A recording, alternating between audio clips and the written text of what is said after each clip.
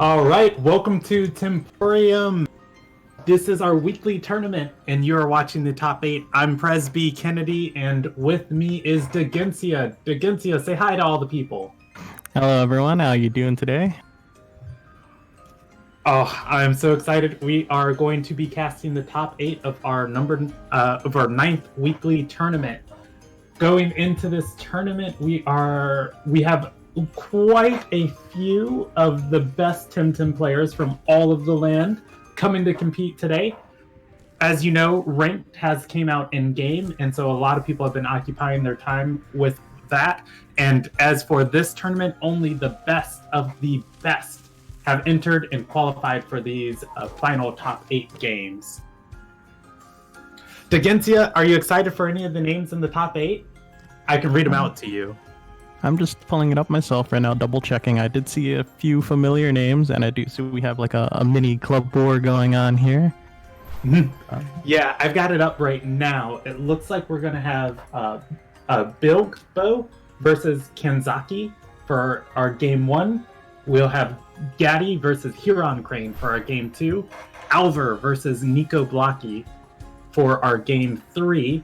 And Quaslitz versus Norbert Bo for our game 4. Some familiar names from the competitive Temtem scene.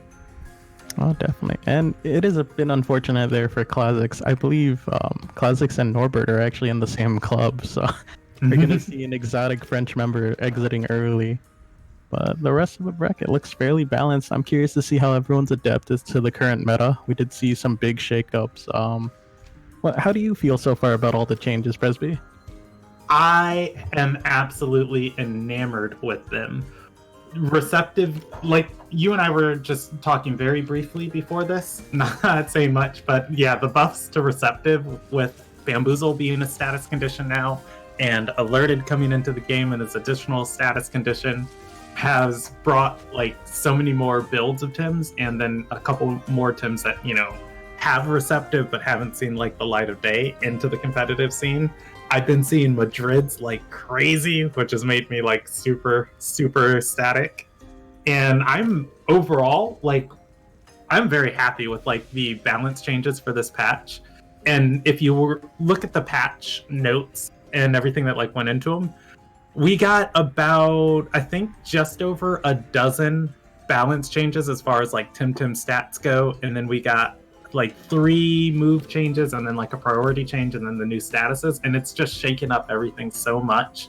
So in the future, you know, when we're rolling with like 175 Tims in game and, you know, a balance patch hits, and if they even adjust like 40 of those 170, like I just boggles my mind the amount of options that become available in the game and the amount of options that shift each time. How do you feel about the patch? Pretty good so far. Just one small correction. Bamboozle, despite being a status, it's not actually affected by either resistant or receptive, but it does open a lot of weird windows. All right. Our first game is going to be Nico Blocky versus Alver. So I am going to pull that up so we can have some interesting commentary going on it. Nico is always such a great player, or such a great tamer to just watch compete. It's always a pleasure to watch their team. I know they have some favorites like, oh, there it is. I see the Mastion in their comp. I'm always happy to see those. And they did, in fact, get buffed this patch as well with the Cage buff now being ultra priority, the first in the game itself. So we can guarantee some swaps not happening for once.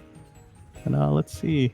I do believe here Neko Blanqui banned out the Volaren here on Alver's side. Alver hovering around. I see a lot of interesting picks here on Neko Blanqui's team, actually. They brought the Cernif here, the Mastion, and the Ociara. I'm curious as to where this comp's gonna go. I've been seeing a lot of more Nidrasils coming in solely because of that Tri-Apothecary buff, which is pretty huge. Madness buff, now giving it that regen just makes it super tanky, and if you pair it with any nature synergies, it's just almost impossible to remove from the field when played right. Yes, I am a huge fan of the Nidrasil Madness buff also, with that properly working on Tri-Apothecary. And just to let everybody know who's watching, we have Nico Blackie in the blue and Alvars in the yellow. The first ban was on Mastion and second ban on Volarin, with a Kinu and Gaialis picked up for Alvar, and a Gaialis and Cerny picked up for Nico. I'm curious as to how this is gonna go. I know Cerny is really strong, like as an opener, but Gaialis Cerny seems a bit odd. Generally, you try to run like double pressure at the risk of a Gaialis Kinu start, and we see Alvar just taking out the pig. This is gonna leave Nico Blackie with pretty much no support. It's just gonna be like Cerny and Calibus pseudo supporting, and we see them picking up the Volarin here in response as, I guess, no pigs allowed here, and we see the Grandpa coming in.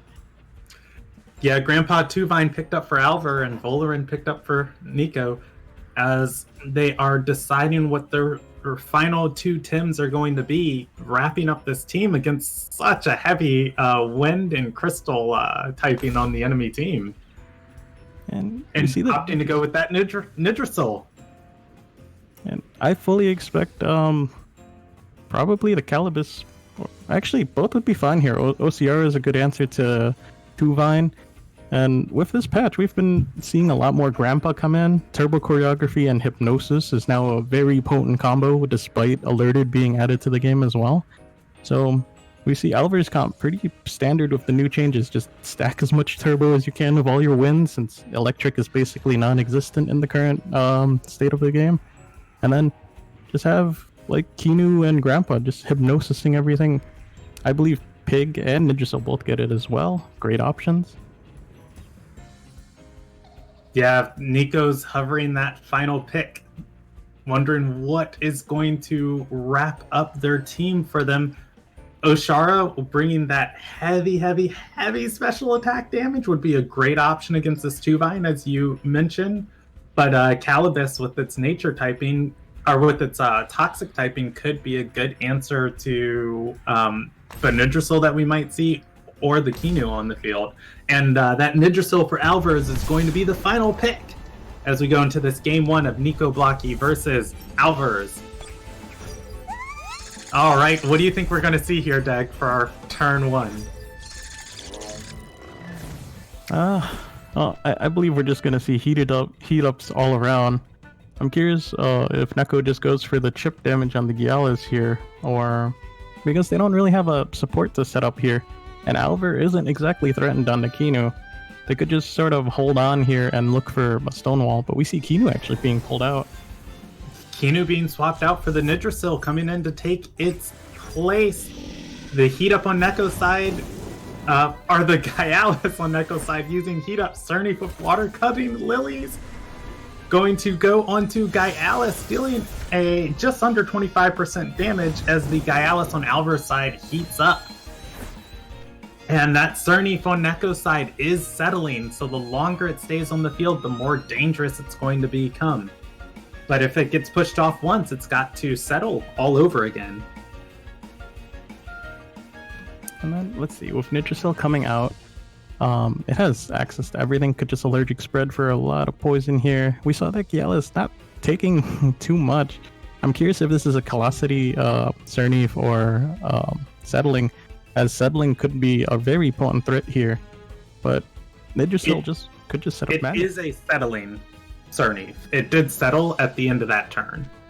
Oh. Hideuchi on the Nidrasil from the Gaialis on Neko's side, putting the Nidrasil to sleep and cutting off its turn. Cerny with water cutting lilies a second time on the Gaialis, bringing it down to almost 50%. Crystal Bite on the Gaialis, dealing a huge chunk of damage. Neko's Gaialis is at 20% HP. And that pretty much just came down to that crystal or the rock shield there. That Gaialis is not having a great day. And now this Nidrasil knows that she pretty much has to sack the Gaialis here, or risk sacking it, if she wants to try and eliminate this Nidrasil before it starts. Neko with the swapping out the Gaialis for Calibus coming in to take its place. Cerny swapping out for Neko, also with Volarin coming in to take its place.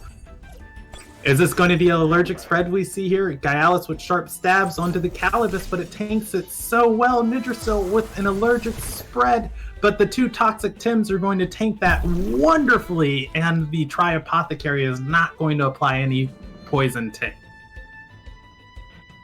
And now we see everything suddenly turned in Neko's favor. Gyalis is running low on stamina. Nidrasil did not opt to set up its regeneration, which is very unfortunate because now it's not as tanky, doesn't do as much damage, and is not a walking tank. Calibus and Voloran might actually even be able to finish it off this turn just because Toxic Ink is neutral. And Gyalis is switching out. Gyalis swapping out for the Kinu. Kinu proccing that protector buff on the Nidrasil, trying to buy it a little bit of time, but Voloran with the Noxious Bomb coming down onto the Kinu's slot, reading the swap, bringing it down to 51%, and the Voloran's anaerobic triggering Calibus with Toxic Ink on the Kinu, and that's going to be enough to take the Kinu out in one turn. Bark Shield from the Nidrasil, raising both Tim's defense, and the Kinu is out of there. What an excellent read.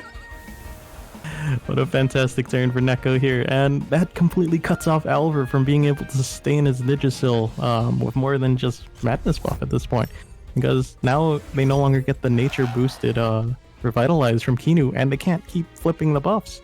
This Nidrasil is very pushing its luck here as Tuvine comes out. Yeah, it's such a huge turn for Neko there, being able to take out that Kinu with it only getting 2 of its protector buffs off on the other Tims on the field, which that protector buff bought the Gyalis some time, and the Gyalis is only at like 51%, but yeah, losing Kinu is like it's a huge chunk of this team of being able to make anything infinitely tanky. And bringing out Tuvine is usually a great answer as it hits pretty physically hard, but Calibus being here and Voloran actually leaving, not willing to take that chip. Voloran swapping out, Nidrasil coming in to take its place on Neko's side of the field, Nidrasil on Alver's side of the field swapping out, and Grandpa coming in to take its place. Tuvine with the Feathered Gatling onto Calibus, and that deals a big chunk of damage, but the Calibus is able to get a Strangle off, and that is going to hit the Tuvine. And now it's the 50-50. Do you hold? Do you keep your Tuvine in, or do you swap out here?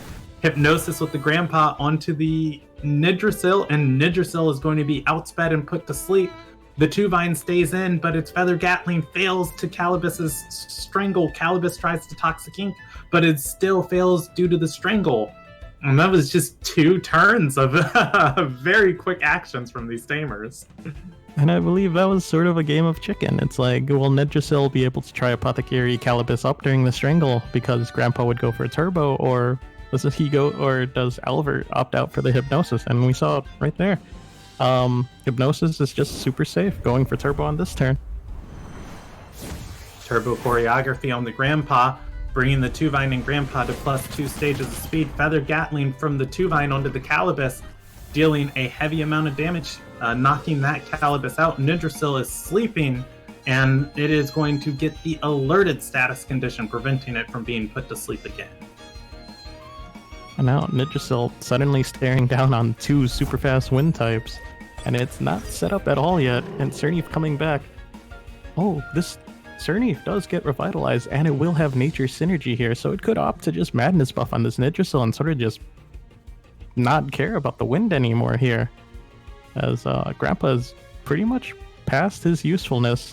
Turbo's used, Hypnosis can't be used, Hyperkinetic coming out.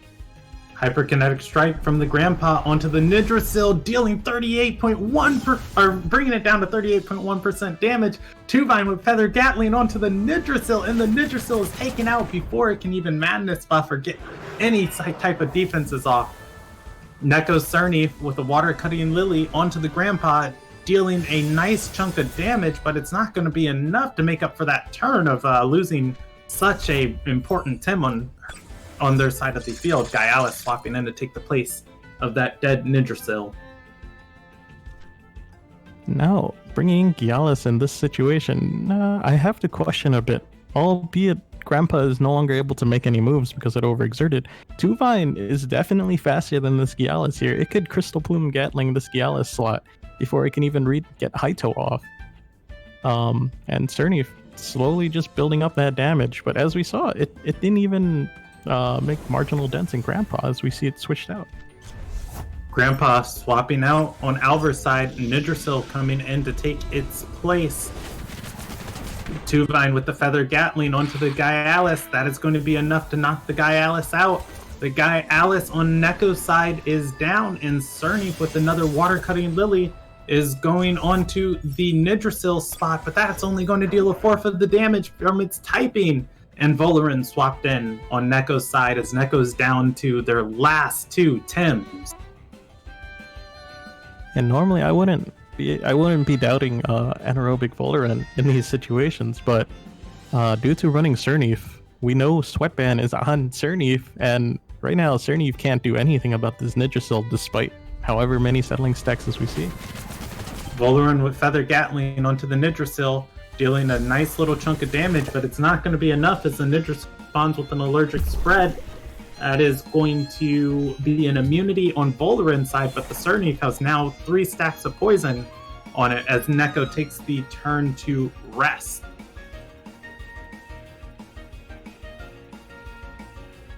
Now we see the slow waiting game of can they outlast 2v4? Tuvine with a noxious bomb onto the Cernif, and that Cernif is just taking lots of toxic damage. But as the settling ticks up, it might be able to do something with the Water Cutting Lily onto the Tuvine, not dealing much damage, but a hyperkinetic strike from the Volarin going onto the Nidrasil, hitting into its special defense and dealing a good little chunk of damage. Nidrasil responding with the Toxic Ink onto the Cernif, and the Cernif only has one more turn of life left on the field. Yeah, definitely. The Cernif could just opt to overexert here, finish itself, and we see Tuvine switching out for Gramp. Grandpa coming in, Cernif with Water Cutting Lily. What slot is this targeted into? Targeted into that Grandpa slot, and it's not going to be enough to kill the Grandpa. The Grandpa is going to have Hypnosis online. Volarin with Feather Gatling taking out the Nidrasil. And the Nidrasil fainting on Alvar's side, but the Volarin had to overextend to do it. Gaialis swapping in for Alvar. Oh, and this is just not a good situation for Neko right here, but Alvar, all he has to do is hit into this Volarin once, Hypnosis it a second time, and then this game might be in his pocket. Grandpa with Hypnosis onto the Volarin. A greedy heat up on the Gaialis, going to be attacking into this very tanky Volarin. Neko, knowing the Hypnosis was coming and telling the Volarin to rest for the turn.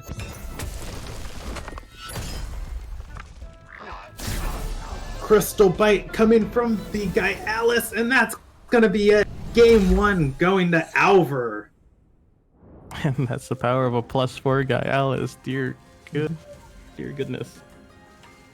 A +4 Gaialis, but also at the top of that round, not being able to, or the top of that game, not being able to pick a support. The supports are so important in this game, and you only really need one, which means you don't want to like bog your team down with them. But then when you only run one, you're susceptible right there to just getting your one support banned out and not being able to do much. Most definitely. And it wasn't as limiting before this current patch, as we saw some favorites running even one support comp solely because hyper aggression was possible. Just get really bulky, get Temtem that had really good no hold moves, just clicking buttons. But we see now with how bulky and with the Hypnosis change, we have more control options on the table. So supports are even more important than they were before. Yeah, somebody asked me last week how to deal with Gaialis, and I was just like, get some speed control going, get a user that has Hypnosis, and Gaialis's moves are very predictable. You know what's coming when, and if you can Hypnosis and even buy yourself one turn of breathing room, you are going to give yourself so much space to play around that heavy hitter, that heavy aggression that Gaialis brings, and just work your way back into the game if your opponent ever sets up a Gaialis.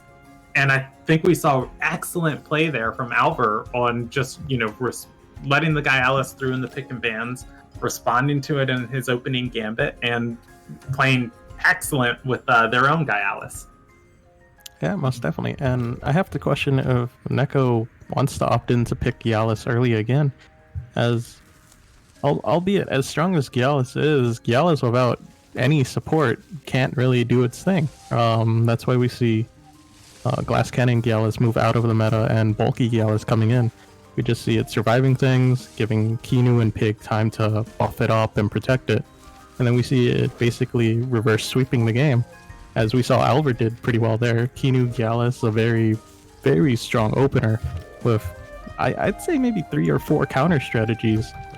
But they usually involve trying to kill the Gyalis, which takes at least 2 turns at minimum now with what we're readily available to use. I agree. What are you hoping to see from Neko in this coming game?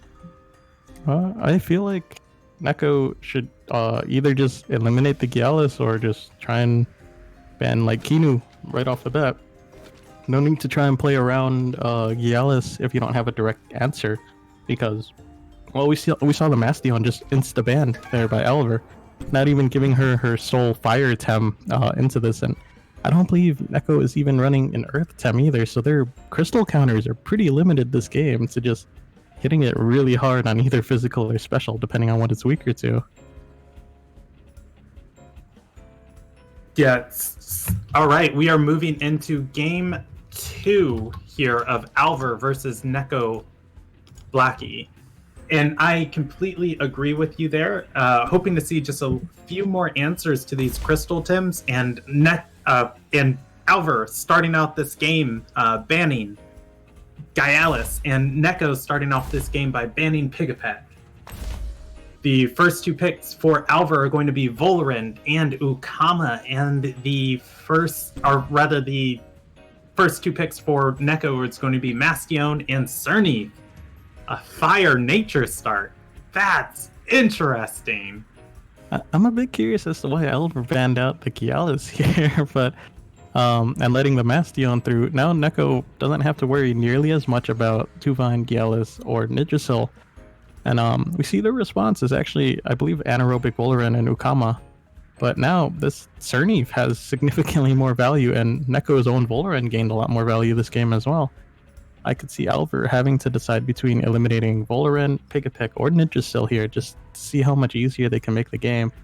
While Neko is just like, I see your grandpa there. I saw that Hypnosis Turbo. I'm not dealing with this again. Yeah, Neko banning out that grandpa, not letting that easy turbo choreography Hypnosis play come into the match. And I think the only the Hypnosis user that Alvar will have available to them is Kinu. The final ban for Alvar going on to the Nidrasil, and Alvar picking up Tuvine, and Neko picking up Pigapet and Calibus. Alvar's thinking now about the final 2 Tims to lock up their team, opting to bring that Kinu again, as it did so much work last game, just getting the 2 protector buffs off where it needed to be, giving Nidrasil and Gyalis that staying power they needed to survive those 3 hits. And hovering a Gyalis as their final pick. And it's hard to decide between that Gyalis or the Nidrasil, because both of them did so much work for Alvar last game. And as a little caveat, I do believe Nidrasil could run Hypnosis if it wanted to. You are right on that. You are right. And honestly, neither Gyalis or Nidrasil is all that great into this matchup. Mm-hmm. But we do see the Gyalis and Oshiara coming in on Neko Blackies. Oshiara, high speed and high base special attack. We'll see what Neko is able to do with these nature and water deer as we get into game 2 of Alvar versus Neko Blackie. What do you think we're going to see for turn 1 here, Dag? I very much doubt that that Mastion stays in, as it takes a very specific TV spread right now to survive any Ukama for the most part, and there's nothing really worth caging on this turn. But we see Ukama coming out. Ukama swapping out for Alvar. Kinu coming in, putting that protector buff and getting the ball rolling on these defenses. Neko Blackie swapping out the Mastion. Calibus coming in to take its place. Cerny with a water cutting Lily, seeing where this is targeting onto that Kinu slot, but its nature typing only causing it to deal half damage. Noxious Bomb from the Volarin onto the Cerny, dealing heavy amounts of damage, and the Volarin revealing itself to be anaerobic. I didn't quite catch it there, but that should have been a synergy boosted water cutting Lily into the Kinu. I'm not quite sure if this is Calibus's loneliness or not, because I didn't see any animations go between them, but now Volarin starting to set up and Cerny just leaving. Yeah, Cerny swapping out on Neko's side for Bomb Pig. The Pigapek is in as they are able to run a support this game. Kinu swapping out for Alver. Gaialis coming in to take its place. Calibus swapping out for Neko. And Mastion coming in to take its place. Wondering if that is the read on Neko's side, but the Toxic Plume from the Volarin coming out onto both the Mastion and the Pigapek, lowering their attack and putting a tick of poison on each of them. Not the best turn for Neko there, but on the bright side, their Bomb Pig did get their snare off on the Volarin. So Alver's Volarin no longer has, I believe it's running Sweatband. So its staying power has been reduced a bit, but now, despite Cage being pretty strong for Mastion, it really won't get any value here as Gyalis hasn't set up yet. But being resistant means Cage only lasts half as long, but we see Gyalis getting a free switch here to Ukama. Gyalis swapping out to Ukama. Pigapek using Bamboozle on the Mastion. Volarin with a Feather Gatling onto the Mastion, and a Meteor Swarm coming out from the Mastion, dealing a small little chunk of damage as it was hit by that Toxic Plume, lowering its attack by 1 stage. Now we see again a turn. Neko is sort of just forced to pull out this Mastion. It's not set up, it's lowered attack. Ukama now has Aquatic Whirlwind 100% from switching in.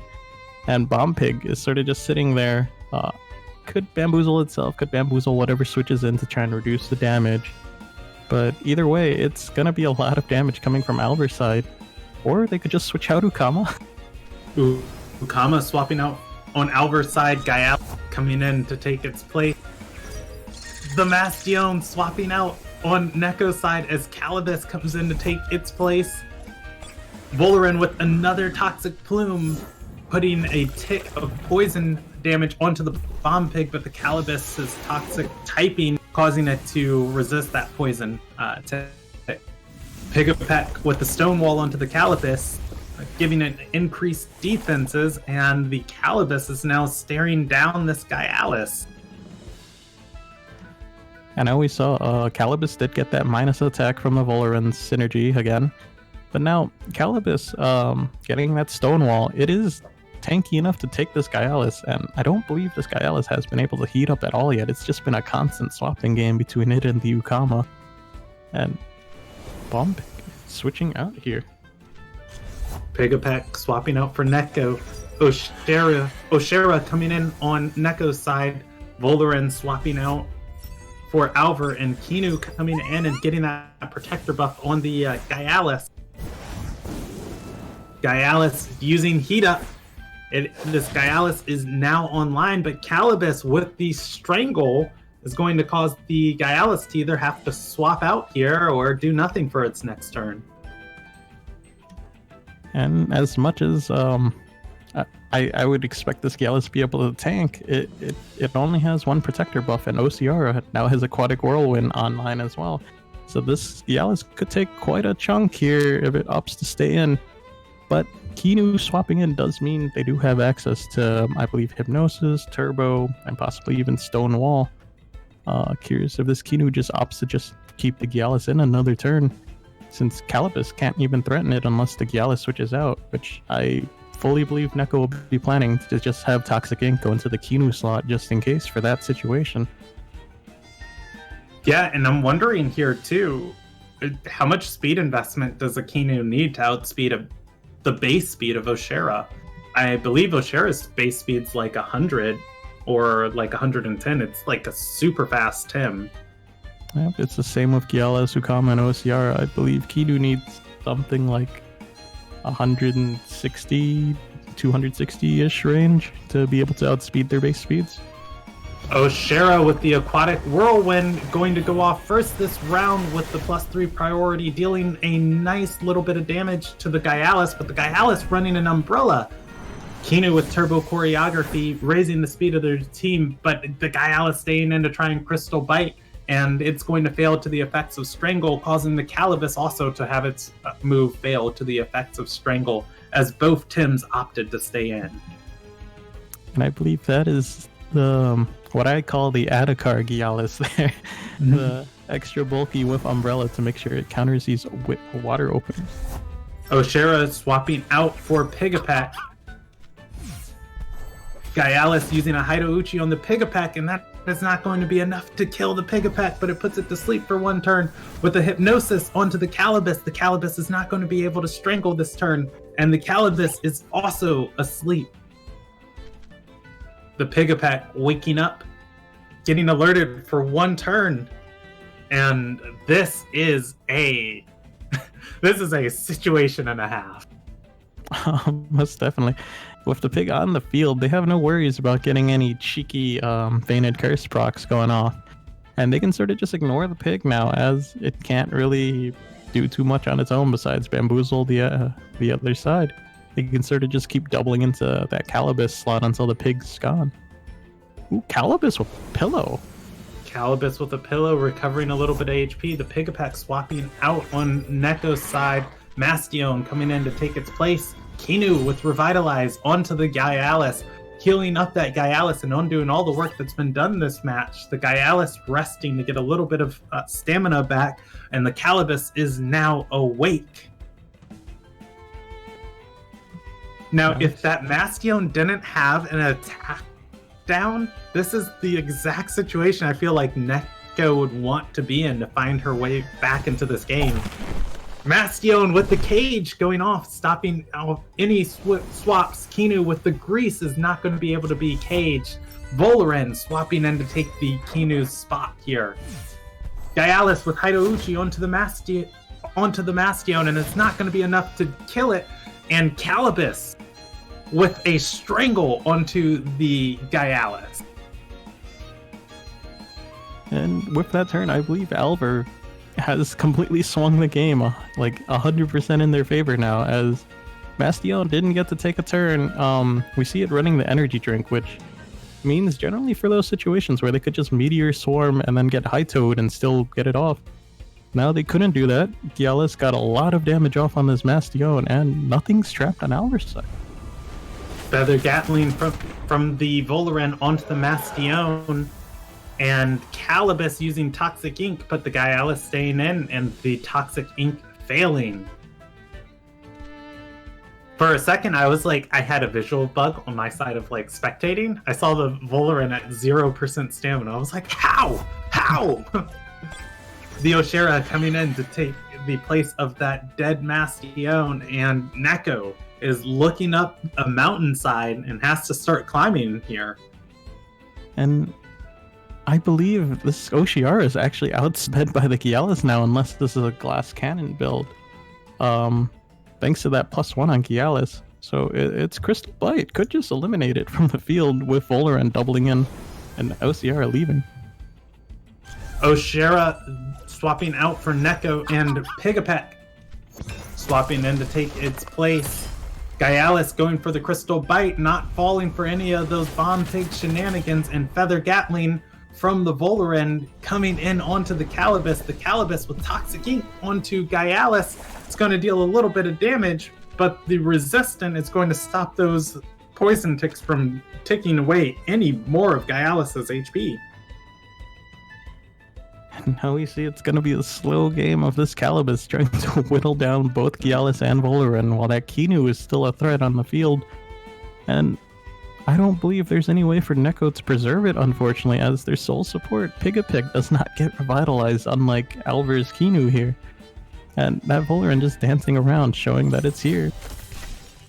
Sharp stabs from Gyalis going onto Calibus, overexerting to deal the damage. Hyperkinetic strike from Volarin onto the Calibus. And that is not going to be enough to kill this Calibus. This Calibus is just hanging in there. Calibus, now with the Bamboozle, is going to buy it another turn of life. As the Calibus continues to chip away at this Gyalis. And then just looking at the stats, so Volarin is not able to act this turn. Gyalis still can, so this Bamboozle is going to stay for the full turn. Gyalis overexerted last turn too. Oh, both as well. Wow, so Neko does have a free turn. Curious if they just tried to set up with the pig again.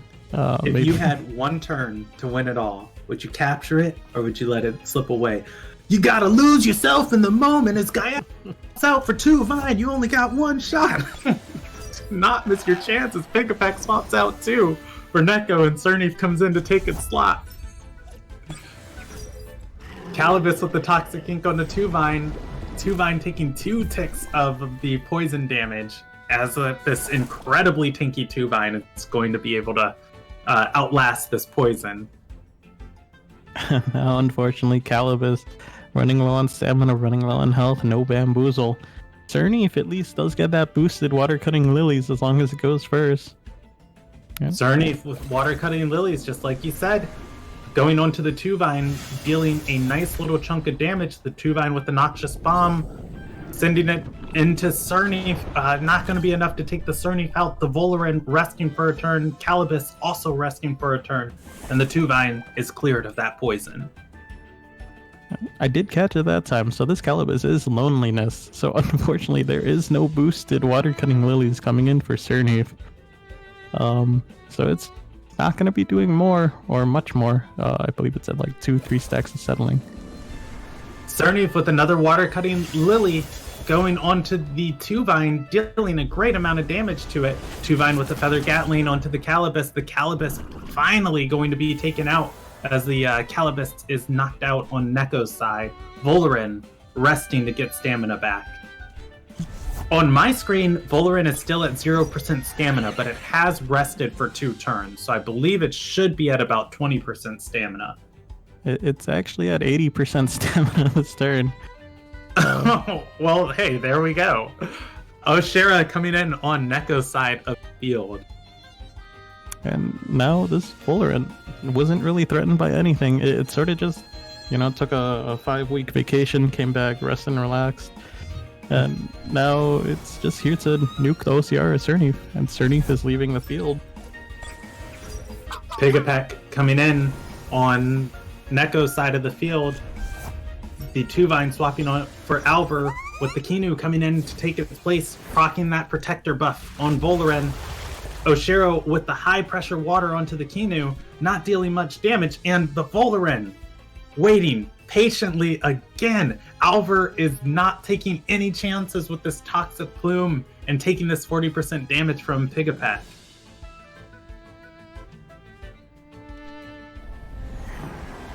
Pigapek with the Tornado onto Kinu, dealing a small chunk of damage. Kinu responding with the Beta Burst onto the Pigapek, being able to knock out the Pigapek. The Fainted Curse going off on the Kinu.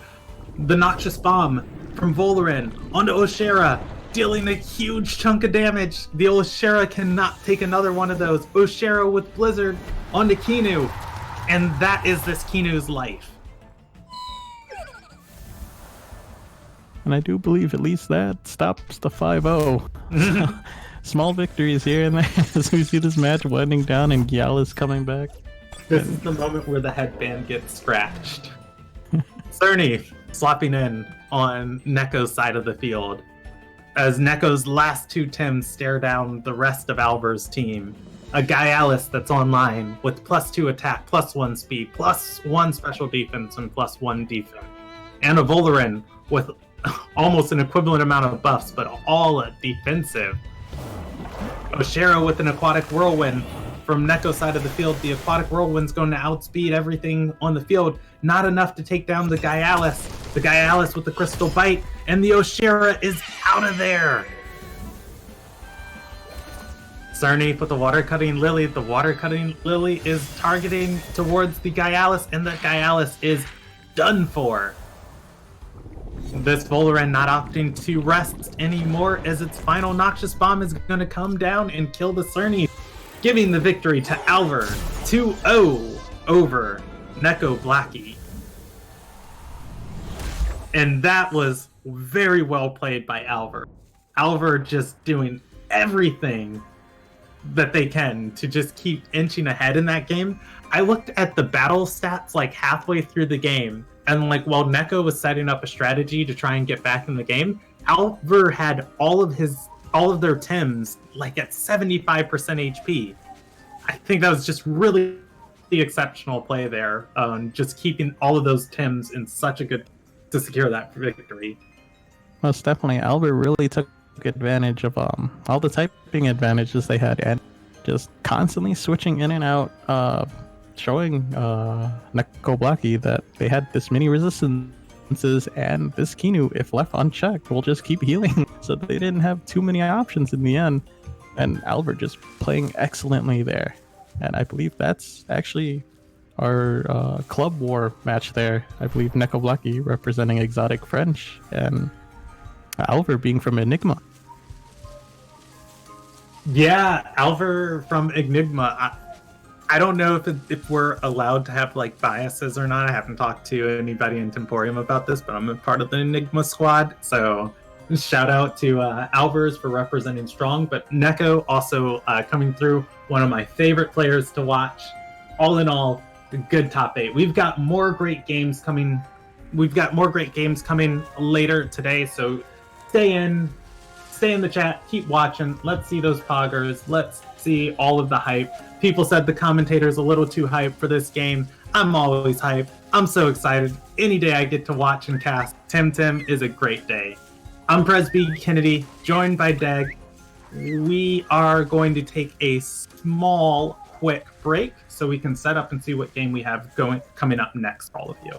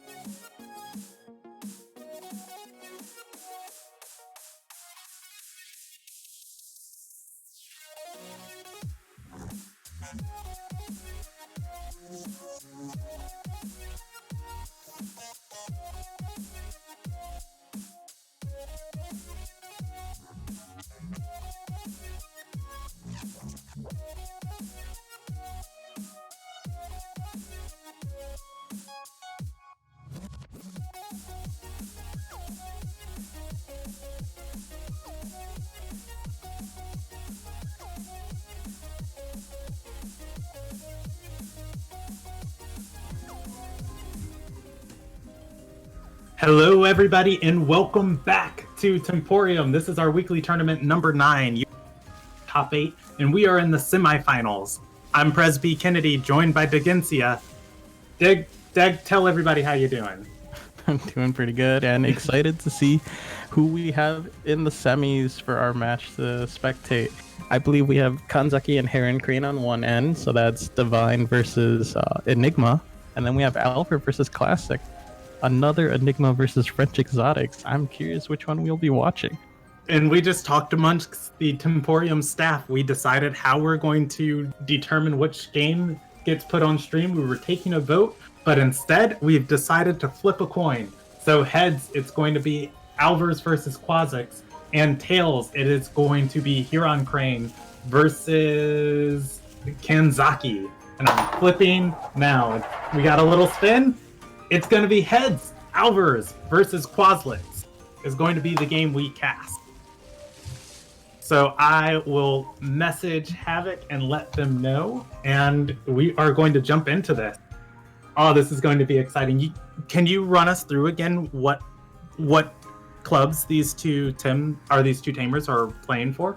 So this is going to be a match of if Quazlix can avenge their fellow French Exotic teammate against, or clubmate, against Alvers, who represents Enigma for this tournament. Yeah, I do so love a grudge match. I very, very much enjoy a grudge match.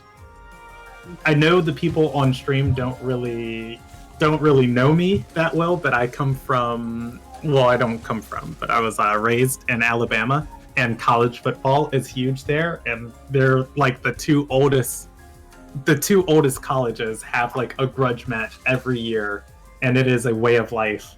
So I am down for this Enigma versus French Exotic vengeance match. And we saw Alver in game 1 play exceptional with his Tuvine, with his Volarin, with his Gaialis, with his Kinu, just doing all the little things that he needed to keep those Tims in the most healthy positions that they can be in. And I don't really think people appreciate how much one protector buff can do on a offensive Tim, of taking the amount of hits that you need to kill it from 2 turns down to 3 turns. And once you have that extra turn of space, Alvers was just able to do so much that game. Yeah, most definitely. And there's a very fine reason why most of our competitive battlers over the last month or two have decided the ban Gyalis movement is very real. Mm-hmm. As you can either try and remove the supports, and you ban Kinu, they'll just pick Pig and try to set up with Stonewall and Bamboozles, or you ban Pig and they'll just Kinu buff. And then it's like, how about we just remove Gyalis? It's a lot easier to just not play against it and not bring dedicated leads.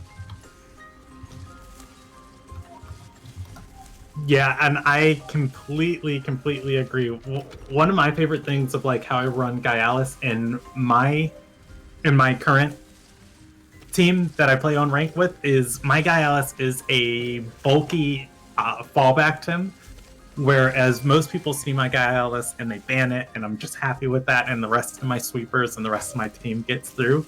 But when people don't ban my Gaialis, I bring it there just to tank Crystal, but Gaialis just does so much on its own because it can be that Crystal tank, it can be that full team sweeper, and it is a fantastic Tim. But it needs just a little bit of hand holding once you get the speed advantage on it, just like Alvers was able to do, and you were able to hypnosis it, you're able to move around its Hydouchis, you're able to move around its Crystal Bites. then it just becomes a completely different type of game. Most definitely. Like, we've seen a few raid boss type strategies emerge in the game, such as like Saku. But when it comes to Gialis, it's just right now the only resistances for Crystal are pretty much Fire and Earth, which are very far and in between. While on Earth, unfortunately, they don't have a lot of fast techniques. We recently got Dust Vortex on Madrid, so we finally have something there. But these Temtem Earth is unfortunately weak to melee, so if this Gialis is allowed to Haito, you can kiss like your Volcrane and your Mudrids goodbye after that heat up, especially Mudrid. I don't believe Mudrid even survives an unboosted Haito solely because it's 4 times weak. I think if you whisper Haito Uchi into Mudrid's ear, it loses at least half of its HP right there. Taking that 4x damage. I do so enjoy seeing the Mudrids come out in competitive play, though. Well, most definitely. I told a lot of people have debated about how meta shifts would happen until our next island, and a lot of them were putting their eggs in the Mudrid basket, saying, Dust Vortex is going to be huge. We finally have a faster Earth attack. We finally have a special Earth attack that's worth using. But then we remembered almost everything is now especially defensive and bulky in this meta. And Mudrid's speed is in this really awkward tier of it can sort of outspeed Gialis, but not really at the same time. And then Psypet stocks just going straight up. I think Psypet right now is probably the best water like sweeper on your team you could have, just because of coverage and not being nearly as easy to just remove from the game as Ukama or Osiara, since like I said, coverage, just having stab and coverage in general is just really good in Temtem. Psypat with that water and melee typing just buys it a lot of room in the current meta, just like you said. All right, we are jumping into game 1 of our semifinals. Alver versus Quaslix. On my screen, I have Alver in the yellow, but I'll see what it is on stream so I can just make sure everybody's properly aware. As going into this pick and ban phase, the first ban is going to come from Quaslix onto Alver's Volarin, not letting that tanky anaerobic Volarin get through. All right, and on stream we have Quaslix in the blue and Alver in the yellow. Second ban from Alver going on to Gialis. Not opting not to deal with any raid boss Gialis setup, especially when there's a Gialis Ukama potential combo on the other side. Alver picking up Kinu for their first Tim, and it is now Quaslix's pick. The hashtag ban Gialis first round meme moving on, and Quaslix has a phenomenal amount of answers to that one if they wanted to Gialis Kinu here, solely because Volarin Ukama is a good start. Mudrid Rise is also a good start. Heck, I believe Mudrid Ukama is probably disgusting here, solely because turn 1 Gialis does not have any options besides heat up. So they're sort of free to just stoneball there and then try and bait a switch. So I'm curious if Quaslix locking in that Volarin. I expect this to be anaerobic, as that's pretty much all we've been seeing recently. Aerobic sort of just pushed out of the meta. And then we see Rise being picked up for all that speed control, so it doesn't even matter that nothing has speed investment on Quaslix's team if they're running like full bulk teams. So now Alver has to decide, do they want to try and set up early, or do they want to try and check what's here? Because unfortunately Ukama is not safe, but we see the classic Kinu Gialis coming out. Kinu Gialis going to picked up by Alver. Alver just picking up game 1 and saying, you want to see what happened to Neko? I'll show you what happened to Neko. As this grudge match is about to get underway. Second ban going on Pigapek from Quaslix, and second ban from Alver going on to Madrid on Quaslix's team. Kinu being picked up by Quaslix and Tuvine being picked up by Alver, as Alver's hovering that grandpa for that hypnosis turbo choreography synergy and opting to go with the grand. I know, I'm curious what Quaslix's plan is here, as unfortunately with a Mudrid ban, they sort of have to just try and brute force their way through the Gialis here, as Rise does a fair amount of damage, but Gyalis with Resistant will be immune to any burns from Ember, so there's no additional chip damage. There's not going to be any damage reduction from the burn. So they're sort of just waiting on Roars and Fire Tornado to try and cycle through. And we actually see a Cernief here as well. I'm curious because Cernief, Nidrasil, and Kinu is a very strong nature core. I've been seeing more and more on the ladder. And it's definitely very good as long as you just sort of remove Gyalis from play, but we see Gyalis being left open. Nukama and Nidrasil are the final two there. We are getting into game one of our semifinals. Quaslix versus Alvers.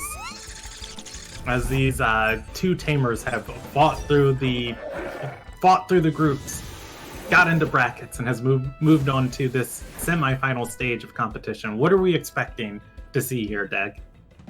I could see the Kinu just switching out, as it doesn't really have to do anything here. And as a standard opener against Gyalis, normally you'd have like Ukama with Voloran, and you just like Feather Gatling, and then I believe it's Aqua Bullet Hell straight into the Gyalis there, or Water Cannon, and just chip away at it, and then Hyperkinetic Aquatic Whirlwind the next turn. But Kha'Zix has this Rise out here. They could just opt for the fire damage, or even switch and then just try and maintain all the momentum there with the speed drops, just constantly going into Alver saying, I don't care that you have a turbo comp, you're not getting any speed without it in this current situation. And Voloran will still do a fantastic amount of damage.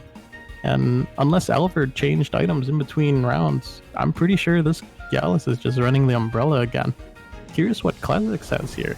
Gyalis actually backing out. Gyalis swapping out for Grandpa.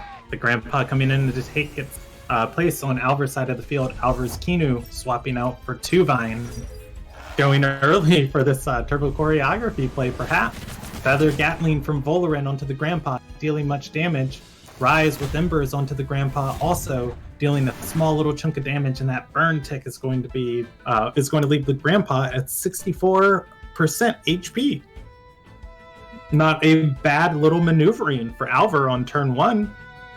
Yeah, fantastic for Alver now. As Voloran cannot threaten either Grandpa or Tuvine all that much, as Rise here is sort of just left with, can I do 15% to you, or maybe 30% to you? And Alver sort of just freed the turbo. Turbo choreography coming out from the Grandpa. 2 stages of speed on the Tuvine and the Grandpa. Noxious Bomb from Voloran dropping onto the Grandpa, dealing a good little chunk of damage. The anaerobic triggering on the Voloran, and the Feather Gatling going in onto the Rise from the Tuvine. The Rise with another Embers onto the Grandpa. And that is a lot of damage, as this Grandpa is on 15% HP. Another double up here, and it could be its life. Is it even worth going for the Hypnosis this next turn? Well, we now know that Grandpa's super buffed. It sort of did all it has to, because now this Tuvine outspeeds it all. I haven't quite seen the exact amount of damage Rise's Ember has been doing to Grandpa, but I do know this Hypnosis going on to Voloran, unless Kha'Zix happens to be running an energy drink, which I don't believe they are, means this Tuvine is sort of free to just keep throwing it. But at the same time, Rise has been out long enough that they now have access to both the Roars, I believe, and Fire Tornado, so this Tuvine is heavily threatened right now as well. And I could see Grandpa just Hypnosising the Rise as well, or even just switching out. Alver has pretty much nothing to risk. They can just throw in Kinu here, get another buff onto Tuvine, just take it nice and slow, and then just keep switching back and forth. Even Nidrasil will be fantastic here as Voloran leaves for Kha'Zix. Voloran swapping out for Quaslix, and like you called, the Nidrasil coming in to take its place. Hyperkinetic Strike from the Grandpa onto the Rise, and that deals a huge amount of damage for how tanky Rises normally are. The Rise taking another Feather Gatling and just barely clinging in there. Fire Tornado coming out from the Rise, opting to go onto the Grandpa, killing the Grandpa. And completely, the Grandpa is knocked out. And the first Tim of the match is going to be taken down by Quaslix. And it's fantastic to remove the Hypnosis, but I'm curious if it was well worth it to not have Fire Tornado for either Tuvine or Gyalis now. as Nidrasil can slowly chip away at them with Tri-Apothecary, as it does have allergic spread this turn. But now this Rise is basically on life support, has no stamina. I believe they have just enough for Embers, maybe Roar if they have regular Roar as well. But this HP, with Tuvine outspeeding everything, this Rise is basically guaranteed to drop if it stays. And Kha'Zix, I believe their only options to bring in are, they can try and bring in Kidu now, buff up the Nidrasil, make it like insanely hard to deal with for the Gyalis or Volaran. The Rise swapping out for Quaslix, Ukama coming in to take its place. Tuvine with the Feather Gatling going on to the Ukama slot, dealing just under 50% of its HP and damage. Nidrasil with an allergic spread onto both the Gyalis and the Tuvine. The Gyalis with a heat up, it is now online, and both of these Tims taking ticks from the poison ticks.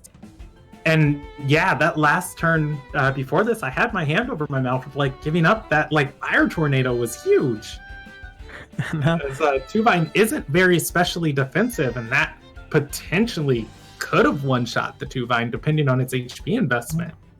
You know, it's not actually, this turn isn't too bad for Kha'Zix, as Ukama switching in does mean it has Aquatic Whirlwind. I believe the Tuvine is in range of Aquatic Whirlwind, especially with those poison ticks. And even if Tuvine goes first, it's gonna be fine. Ukama will live one hit. I believe Gyalis is -1 speed, and it is pretty tanky though. It is +1. So I'm curious if he opts to Madness buff Nidrasil here. See if it can just set up for later, and then have Ukama basically just sacrifice itself here to just eliminate Tuvine or Gyalis from the equation, as a +2 Gyalis that's also bulky, or a +2 speed Tuvine is going to be a serious threat here for everything now that Rise is completely chipped, as any crystal damage being allowed to stay in the game means Kinu will have to play this very careful dance with all of the threats Alver has on their team. Aquatic Whirlwind from that Ukama is going to outspeed everything on the field, choosing to go for Gyalis with the Aquatic Whirlwind, not dealing a huge amount of damage from the Umbrella. The Tuvine attacking into the Nidrasil with the Feather Gatling, overexerting to do so. The Gyalis going for Crystal Bite on the Nidrasil. The Nidrasil opting to go for Bark Shield rather than a Madness buff, and a good read by the Nidrasil there on not killing itself. And just a moment here, I believe my spectating just froze, so I'll be reopening here. Okay, and we're looking at this board state, and the Nidrasil's hanging on by 3.5% HP. The Gyalis and the Tuvine are both touching half HP, and the Ukama is still at 53%. So the Ukama, without Aquatic Whirlwind here, could be in trouble from this Tuvine, but the Tuvine overexerted last turn, and the Gyalis would have to choose between killing either the Nidrasil or the Ukama. I think Quaslix has put themselves into a very, very, very nice position here. Quaslix, coming for that vengeance. And I definitely see Ukama is in a very demanding position here.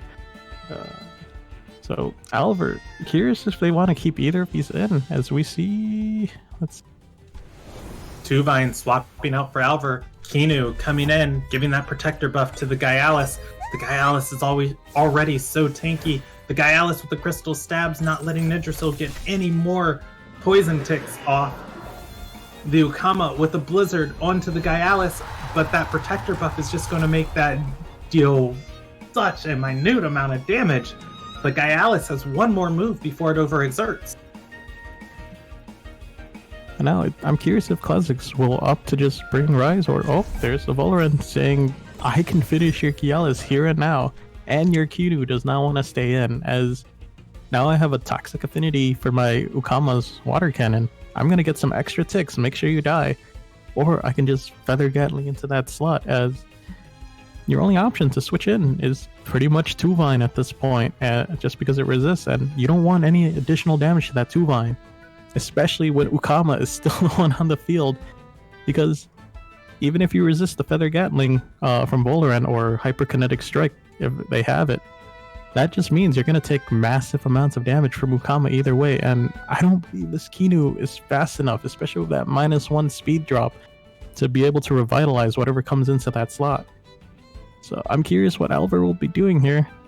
The water cannon, as the Gaialis chooses to stay in, the 1 tick of poison is going to be just enough to finish it off, as poison deals 12.5% damage and it only has 12.1% HP left. The Feather Gatling from the Volaran also going into the Gaialis. The Gaialis with the -1 speed did not get a single move off. The Kinu not being able to outspeed the Volaran with Hypnosis onto the Volaran, and the Gaialis is out, and Alvars is now looking at the upward side of this mountain as it's his turn to climb. Nidrasil coming in to take Alvar's spot, or Gaialis' spot. And fantastic move, eliminating the Volaran from the equation. This Nidrasil, now at worst, will take a Blizzard from Ukama, but they could pretty much just spread poison straight to the Ukama or Toxic Ink it and put it into kill range as well. Kinu, very healthy. Nidrasil, very healthy. They can do almost anything here. Set up a Madness buff for the late game. And, oh, Kozik's pulling Ukama out. Kinu swapping in to take that Ukama spot for Quaslix, the protector buff on this anaerobic Volaran, giving it even more defense. Turbo choreography from Kinu with a +1 speed onto this Nidrasil. Nidrasil with Toxic Ink onto Kinu, dealing a nice little chunk of damage and bringing the Kinu down to exactly 50% HP. And the Volaran is awake now with alert. But Alvar's Kinu, I believe, it does not have +1 speed because it got -1 from the raise, +1 from the turbo choreography. So this is a speed tie if they don't have any speed investment. Nidrasil retreating for Alvar's, Tuvine coming in to take its place. Kinu on Quaslix's side retreating from the field, and Rise coming in to take its place, keeping the speed control going. The Demoralize on both, or rather on the Kinu, but the Determined Tuvine does not have its stats lowered. And a Noxious Bomb from Quaslix's Volaran onto Kinu. Kinu with the Revitalize onto Tuvine, and Tuvine at a healthy amount of HP. The Tuvine on my screen, again, is visually bugged at 0% stamina, so you'll have to keep up with that for me. And I'll help you out. So this Tuvine currently sitting at almost 85% stamina and 68.6% health. This Kinu should have turbo again if it opts for it, and Rise, being threatened, has to leave the field here. Rise swapping out for Kinu. Kinu coming in to get another protector buff off on this Volaran. This Volaran is just going to carry this whole team on its back. Feather Gatling from Tuvine onto Kinu. The Kinu living the Feather Gatling. Another Noxious Bomb from Quaslix's Volaran onto Alvar's Kinu, and the Kinu surviving with 2% HP, and that hurts as this Volaran is going to be put to sleep by Hypnosis, and it's going to be another turn before this Volaran is able to do anything. And now we're in a very annoying predicament here, I would say, for Classics, as unfortunately Volaran, being asleep, cannot use something like Toxic Plume here, which would finish off both of them. Kinu, unless it's running Wake Up here, cannot finish Alvar's Kinu in time if this Tuvine opts to if they opt to trade here. And this Tuvine, just looking at its snacks, maybe it wants to relax here, just rest up, get some more stamina back, and then finish the rest of the game. Here's, as actually he takes the Tuvine out. Tuvine swapping out on Alvar's side, Nidrasil swapping in to take its place. Volaran on Quaslix's side swapping out, and in its spot we're going to see Rise come in. Rise with the Demoralize is going to lower the speed of both Kinu and Nidrasil. Kinu with the Beta Burst on Quaslix's side, Beta Bursting into Alvar's Kinu, killing it before it's able to do anything else. Volaran wakes up for Quaslix, but the Volaran isn't on the field anymore, and Tuvine comes in to take the place as Alvar is on their last 2 Tems, but Quaslix's team is limping along to the finish line. And we see here, Alvar has 2 really tanky and really, pretty fast and really strong resistant types on their team. Rise, as you said, is just limping at this point. This Tuvine can finish it whenever it feels like it, and Nidrasil is sort of free to do what it wants. It could set up. It could go for more toxic damage here. Rise, I believe, is 1 turn short of Fire Tornado if it even wanted to risk it, and Kinu, basically on life support, could just try and opt to turbo Voloran, or Kinu could just switch out for Voloran themselves. Kinu swapping out for Voloran. Voloran coming in and tanking that Feather Gatling. The Voloran being so defensive takes it really well. The Rise is knocked out from Toxic Ink, and we are going to see who Quaslix puts in its place.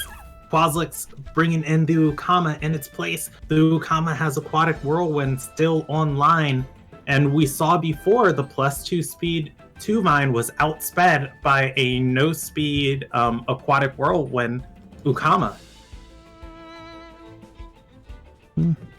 And now, unfortunately for Quaslix, unless this is a visual bug, this Voloran does not have much stamina to play with here. On my screen, I see 46% for Quaslix's Voloran, so it should have enough for a Toxic Plume or a Hyperkinetic Strike, and then, it might risk overexerting the turn after. Oh, perfect.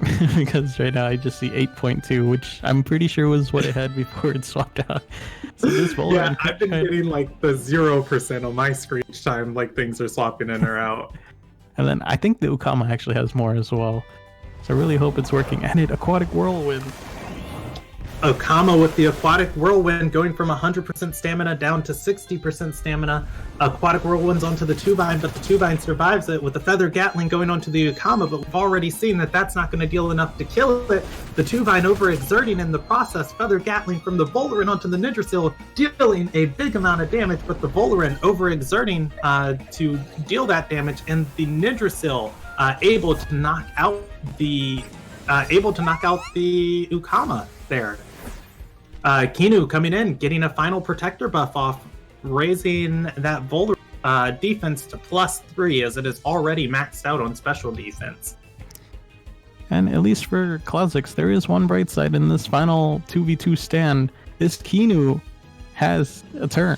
The 2-Line does not. So it could come down to Nidrasil versus Voloran as the final 2 here. Just opting to eliminate the 2-Vine, and then we just watch the 2 beefy boys as Nidrasil. I don't know if Nidrasil could actually risk madness buffing itself. It cannot slowly chip away at Voloran, and Voloran can just sort of rest up and just hit it as hard as it can with wind attacks, as the snare did proc on Nidrasil. Kinu going with a Revitalize onto the Voloran, bringing it to full HP. 2-Vine resting, Voloran resting, and this game now is dependent upon what Quaslix can do with this Voloran. It's an anaerobic Voloran. It's got +3 defense and +5 special defense. Both Nidrasil and 2-Vine are physical attackers with that Toxic Ink, Noxious Bomb, Crystal Plume Gatling, and Feather Gatling. And I think Allergic Spread's the only thing that kind of threatens this Voloran, but even his special attack, it's super high. And Voloran, Feather Gat. The Voloran using Feather Gatling onto the 2-Vine, taking out the 2-Vine as the Voloran just slowly turns its head and says, "You're next, Nidrasil." Nidrasil attacks, or rather went for a buff, but the 2-Vine died too quick as Quaslix wins game 1 of Alvar versus Quaslix. What a great game! And Quaslix, I don't know if this was supposed to be a flex, but opting to allow for this Gyalis Kinu start and then just showing Alvars that I can beat it. You may have the best start, but I'm not going to just lie over and just flop down on the side of the street and let you run rampant over this raid boss Gyalis. I'm going to show you how it's done. I love the speed control that Quaslix brought to that game. Opting to bring in that Rise, demoralizing each target that needed to be handled. The only target that had a little bit of freedom as far as its speed play was 2-Vine, and everything else was playing on the back burner as far as trying to catch up to where it needed to be. When the Kinu got turbo choreographies off, it didn't boost its speed, it restored its speed. I think that was just excellent from Quaslix there. Yeah, definitely. And it's actually sort of surprising because back when the Ryber incident happened, we saw a huge flood of like Rykins and Rises, but now we barely see Rises, like maybe one in like 10 teams at most. Nope. Yeah. Quaslix proving right there that the Rise is still viable. We are going into game 2 of Alver versus Quaslix. They are in pick and ban phase already. And I'm going to just run through the picks and bans that we missed real quick. So Quaslix opted to ban the Volarin. Alvers opted to ban the Volarin on Quaslix's side. Alvers then decided to pick up both Gialis and Ukama, a very powerful start, as Quaslix decided to pick up Gialis and Cernif, which is also a very strong counter start, with Quaslix choosing to ban the Pigapack as for their second ban, and Alvers right now hovering their second ban. I would very much be surprised if Alvers lets this rise through. But then again, they have to decide, do they want Raid Boss Gialis to be their challenge? Do they want Mudrid to be the challenge? And they decide speed control is not the challenge today, as they both lock in the Kinu. And Quaslix, this start is very good for them, as we saw Cernif with the Nature Core coming in more often as a direct counter to Volarin Ukama starts. And when you both have Gialis, it's going to come down to who's staying in. Is Ukama going to stay in? Is Cernif going to stay in? Who's going to take the hit? And aside from that, so far it's pretty much a mirror match. Curious if Alver... I don't believe Grandpa should be coming here, as the only turbos they'd get are from Ukama and Kinu for the most part, opting to not have like a double win synergy with Tuvi and Grandpa. And Quaslix, well, there's the Grandpa after all, and Quaslix is sort of free. They can pick Ukama, which could be good against the Gialis and the Grandpa. And there it is. All right, we are getting into game 2 of Quaslix versus Alvers. And in game 1, Quaslix, it was 1-0 for Quaslix versus Alvers, and we are going to see who is able to win the second game, as Quaslix is up 1 game. And I would opt out to believe that both Gialises are probably Umbrella in this comp. Could see Rock Shield, could see Sweatband, but usually with Cernifs, we would assume Cernif is the Sweatband here. Alvers, I don't know if they want to leave the Ukama in. Sure, bulky Ukama has been the common trend recently, or at least for the past month or so. But is it really worth that little chip damage on the Gialis, especially if the Cernif could just switch into Kinu here and then set up for the second turn?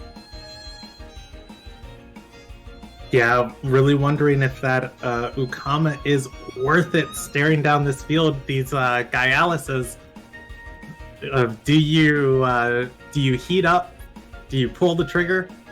Or do you swap out the Gialis here? I love the amount of mindset and the amount of plays that can potentially go into like just this area of strategy. The Ukama swapping out for Alver.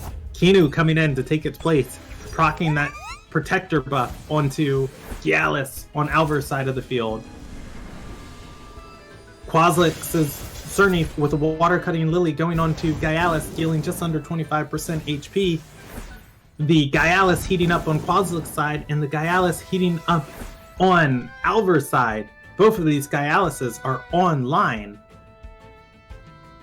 And now I'm not quite sure if they're actually the same speed or not, but we see Alver will now have the speed tie arrow, so their Gialis will move first if it comes down to it. But that was actually quite a hefty amount of water cutting lilies, considering it was unbuffed or non-synergy, and that's through a protector buff. So Alver's Gialis might actually get dropped here if they go for a Crystal Bite water cutting lily into this slot. And Kinu, unfortunately, Stonewall is not. It's a minus prio move, so it'll go much later than the others, especially. Okay, we are going to see what these tamers decided, with Kinu swapping out for Alver. Grandpa coming in to take its spot. Water cutting Lily from the Cernif onto the Gialis, dealing another chunk of damage. It's at 51%, and Crystal Bite from Gialis outspeeding, even with Albers with the speed tire, out the Gaialis, just like you called it, Nidrasil coming in to take its place. And what a fantastic start for... And this is where the super mind games on Bill popular as the low rise of speed creeps. It's like, oh, you're at 115, I'm at 116, 117. We're not quite sure where everyone is now. Oh, and Grandpa's switching out, trying to buff up that. Yeah, Grandpa switching out, Kinu coming in, the protector buff going off on the Nidrasil. Cerny swapping out, that's going to lose the settling stacks, but Kinu coming in and giving the protector buff onto the Gaialis. The Gaialis going to be beefy, going for the sharp stabs on the Kinu, dealing a huge chunk of damage, bringing it down to 17% HP. The Nidra with a toxic ink onto the Kinu, bringing it down to 50% HP. And I do believe Classics has just enough stamina to not have overexerted that turn. Fantastic. And getting the read about, or I guess they could have just freely clicked sharp stabs into that Kinu slot, and Kinu coming out was probably the best option for them. Well, Nidrasil, unfortunately, getting that poison tick onto Kinu means they trigger the snare again. This Nidrasil probably is running Coat, and no, it no longer has it, and Classics is just free to switch out. Yeah. Kialis swaps out for Quaslet. Nidrasil comes in to take its place. Kinu swapping out on Alv. Ukama coming in, filling that spot. Nidrasil with an allergic spread onto this Kinu and other Nidrasil. The Kinu is already poisoned, and that's not going to deal any additional damage, and Nidrasil can't get the poison. With the stone wall coming out from the Kinu onto the Nidrasil, Quaslix is just maneuvering a very advantageous position this game. And this is probably the perfect moment to finally see a madness buff come out from this Nidrasil.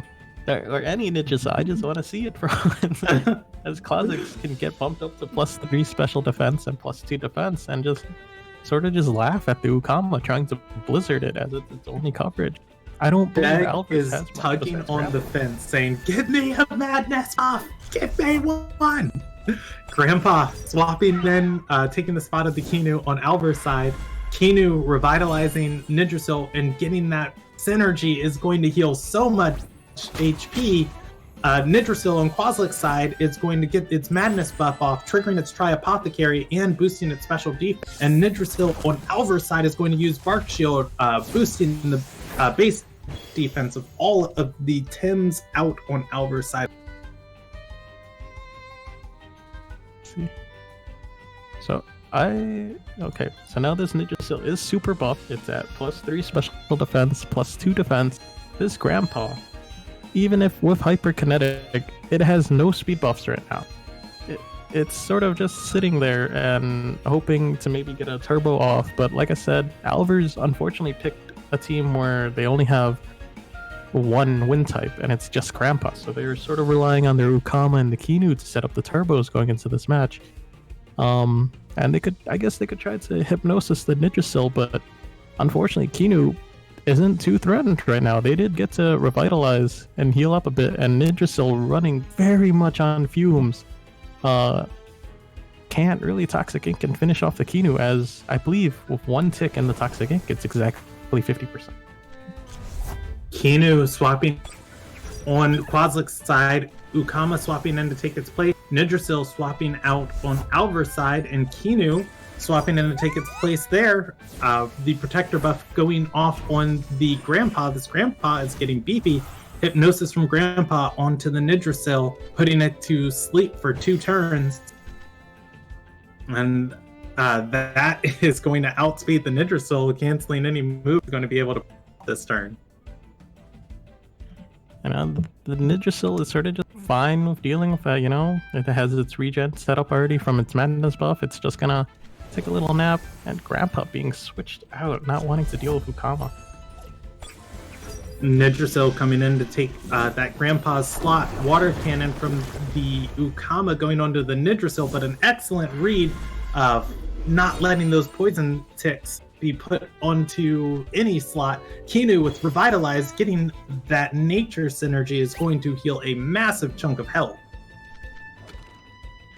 And now we're back with Kha'Zix's Ninjasil finally awake, and it is alerted. No hypnosis shenanigans right now. This Ninjasil is raring to go, and unfortunately for Alver, Toxic Ink is sort of just free on either slot here, even if they want to switch. And Albert pulling out Kinu, not risking it. Grandpa coming in, though, getting all of those physical and special defense buffs earlier is going to tank that really well, but those 3 ticks of poison are going to go off on the Grandpa, and Ukama with a blizzard onto Nidrasil, dealing a small little chunk of damage onto it, but all things considered, it's pretty good for this stage in the game. Most definitely, and now Alvers has the opportunity to try and make another hypnosis play, as this Grandpa does have a slight advantage here and doesn't have any direct threats right now. They could opt in to just try and double in the Grandpa, see how low it can get, as I believe Aquatic Whirlwind are both up with Ninjasil could Allergic Spread or Toxic Ink directly for slightly more damage. Not quite sure which does more with the Madness buff actually. But this Grandpa, like I said, Hypnosis is on the table. Could just eliminate the Ninjasil from the game for one more round. See if they can buy more time for their Kinu to heal up, or maybe heal up the Ninjasil and set up themselves. Yeah, Alver has a lot of thinking to do. Quaslets, though, with that Ukama in the field, has not used it at all so far in this set, but I'm wondering if that Ukama has turbo choreography on it right now. Getting this Nidrasil able to play around the other Nidrasil or Grandpa could be what he needs in this game. Nidrasil for Quaslix, swapping out. Kinu swapping in to take its place. The Protector buff going off on Ukama, and the Aquatic Whirlwind from Ukama coming out, and it is going to be targeting the Grandpa slot, dealing a nice chunk of damage to Hypnosis from Grandpa, going onto the Kinu, but its mental typing going to give it immunity to sleep, and Nidrasil resting for the turn to recover stamina. And now I have to question what spreads these two are running, as Ukama now using Aquatic Whirlwind has no super priority anymore. It's down to pretty much just Water Cannon, which should be enough to finish Grandpa, and Kinu can just double into that slot, but we see Alver pulling out Grandpa. Kinu swapping out to take that, or swapping in to take that Grandpa's spot on Alver's side of the field. Kinu on Quaslix's side of the field, swapping out for the Nidrasil. Madness buff from the Nidrasil on Alver's side might be just what he needs to get back in this game. Ukama with a blizzard onto the Nidrasil, but all of these defenses are just going to be able to hold the wall against this Ukama. Now we're at the point where both Ninjasils are just getting super tanky. It's sort of just forcing Kha'Zix to sort of devote all the resources into just the Kinu slot. Say, well, if you're gonna try and mirror my Nidrasil, I'm just gonna eliminate all of your Nidrasil's friends and just bombard it every other turn. Or every turn for that matter, as they have all the options. And Ukama being pulled out. Ukama being swapped out for Kinu. Kinu coming in, and another Protector buff onto this Nidrasil. Hypnosis from Kinu onto the Nidrasil from Alver's side of the field. And Toxic Ink from Alver's Nidrasil onto Quaslix's Kinu, and that poison tick this turn is not going to be enough to kill the Kinu. So the poison will only deal 12%. It's going to take another move to handle this Kinu. And again, this Kinu, I believe, should have Revitalize, as it did switch in, and with the buff, it's 35% max health. So this Kinu will be exactly out of range of another Toxic Ink if the Nidrasil opts to swing in. Unless Alvers decides, your Nidrasil's asleep, I can sort of just double into your Kinu slot and call any of your bluffs if you want to. Yeah, Kinu on Quaslix's side going for that Revitalize, like you said, bringing it up to 52%. Kinu on Alver's side going for the Revitalize, and we might be in for a heck of a long game, as these Nidrasils, I believe, are each at +4 special defense, +4 physical defense. +2 special attack and +2 special attack, respectively. And Oh, I'm sorry. Quaslix's Nidrasil is at +3 defense, +4 special defense. Alvar's is at +4/+4. And unfortunately for Kha'Zix, his massive lead on the Nidrasil war is over, and his Kinu is within 1 Toxic Ink range again. And, but they do still have that Gialis in the back there. They could maybe just opt to throw it in.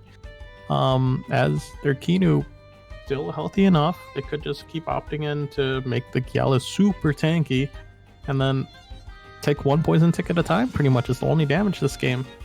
And of course, when Gialis is on that field, they gotta watch out where Kinu goes. Kinu swapping out that Gialis for Quaslix, swapping in to take its place. Kinu swapping out for Alvar's, and Ukama coming in to take its place on Alvar's side of the field. The Toxic Ink from Nidrasil on Quaslix's side is going to hit into Alvar's Ukama. Alvar's Nidrasil is going to Toxic Ink into the Gialis, but the Resistant helping out with that poison. And Ukama not looking well after that 1 Toxic Ink hit. And now Kha'Zix just like that, back in the driver's seat. Gialis should be well rested, has all of their stamina, I believe, 80% health. And Ukama sort of on life support. That slot, if they want to bring in Kinu, they can't, pretty much. It's just Grandpa will drop, Ukama will drop, Kinu will drop, but Kha'Zix instead opts out to pull out the Nidrasil and buff up their own. Gialis getting buffed from Kinu's Protector. Aquatic Whirlwind coming in from the Ukama, hitting into the Gialis. The Aquatic Whirlwind through the Protector still does a nice chunk of the sharp stabs going in on the Ukama, killing the Ukama outright. Nidrasil with an allergic spread, going to tick that Tri-Apothecary onto Gialis and Kinu, and that poison tick, if the Kinu doesn't do something about it, will be enough to take out that Kinu at the end of these 2 turns. And unfortunately, Kha'Zix is now stuck at a position where they have to decide, do I want to try and preserve my Kinu, or do I want to snowball with my Gialis right now? As I believe the Grandpa should outspeed Gialis thanks to Kha'Zix using sharp stabs there, trying to get in before the Aquatic Whirlwind, unfortunately. So Grandpa could just get some extra chip damage here with, there's a Hyperkinetic. Hyperkinetic Strike from the Grandpa going on to the Gialis. That is going to deal a nice chunk of damage. The Crystal Bite coming out from the Gialis, finishing off the Grandpa. Despite the Rock Shield, Kinu with Revitalize, revitalizing the Gialis, bringing it out of the range of any final little tick damage, and the Kinu swapping in for Alvar's and going to bring that Nidrasil up to +5/+5 on its defenses, as the Kinu has served its purpose, and Protector's not going to do much more in here as it's stuck in for the rest of this match. Yep. And now Kha'Zix has access to sharp stabs. Again, this Kinu could drop on side of Alvar's. Sharp stabs coming out from Quaslix, finishing off this Kinu. The Kinu on Quaslix's side going for the sacrifice, choosing not to die from the poison, puffing up the defenses of this Gialis even further. Allergic spread going from the Nidrasil onto the Gialis. The Tri-Apothecary is going to be enough to knock it in 2 turns, but that's still 1 turn you have to stare down a Gialis.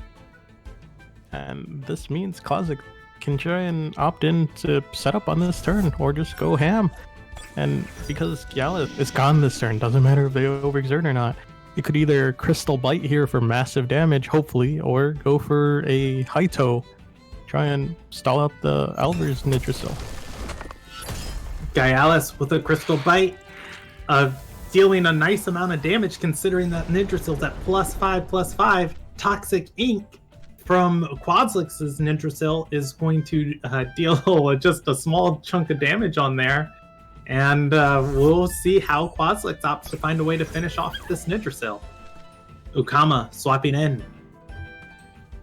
But even still, the Nidrasil's at +5 special defense. The Ukama attacking in with an Aquatic Whirlwind or Blizzard is going to have to get through all of this bolt. the Aquatic Whirlwind dealing next to nothing. The Toxic Ink hitting, and this Nidrasil is taking punches left and right. And it is staying in this game as the best it possibly can, overexerting for an allergic spread, but dealing a good little bit of damage, bringing the Ukama under half HP. Alvar has to rest for a turn as Ukama and Nidrasil just hammer away at this +5/+5 Nidrasil. It might take 10 turns, but we'll get there, folks. We'll get there. Blizzard from Ukama, Toxic Ink again from Nidrasil, and Quaslix has won game 2, reaping vengeance for his fallen companion Neko Blackie. I hope they're watching as Exotic French pull it back 1-1 against Enigma overall in the bracket so far. And fantastic play by Quaslix, saying, Gialis Kinu, that's something the lesser players can't handle. For me, it's like a Tuesday. I just remember him every time. I imagine right now Quaslix is like they're sitting down, they're probably just dabbing, getting ready to go into the finals. Such excellent play there. Let's see on the bracket on the other end if our other match is done. Looks like... Yeah, I'm reloading the bracket myself. It's still going between Kanzaki representing Divine and Hiran Crane representing Enigma. I believe Kanzaki's up 1-0, so they are in the second round. We can see it being done here.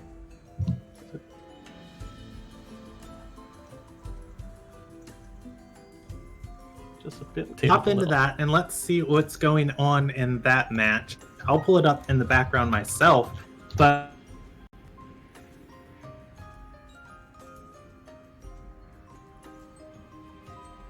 was able to clutch it over, or that Quaslix was able to clutch it over Alvar's.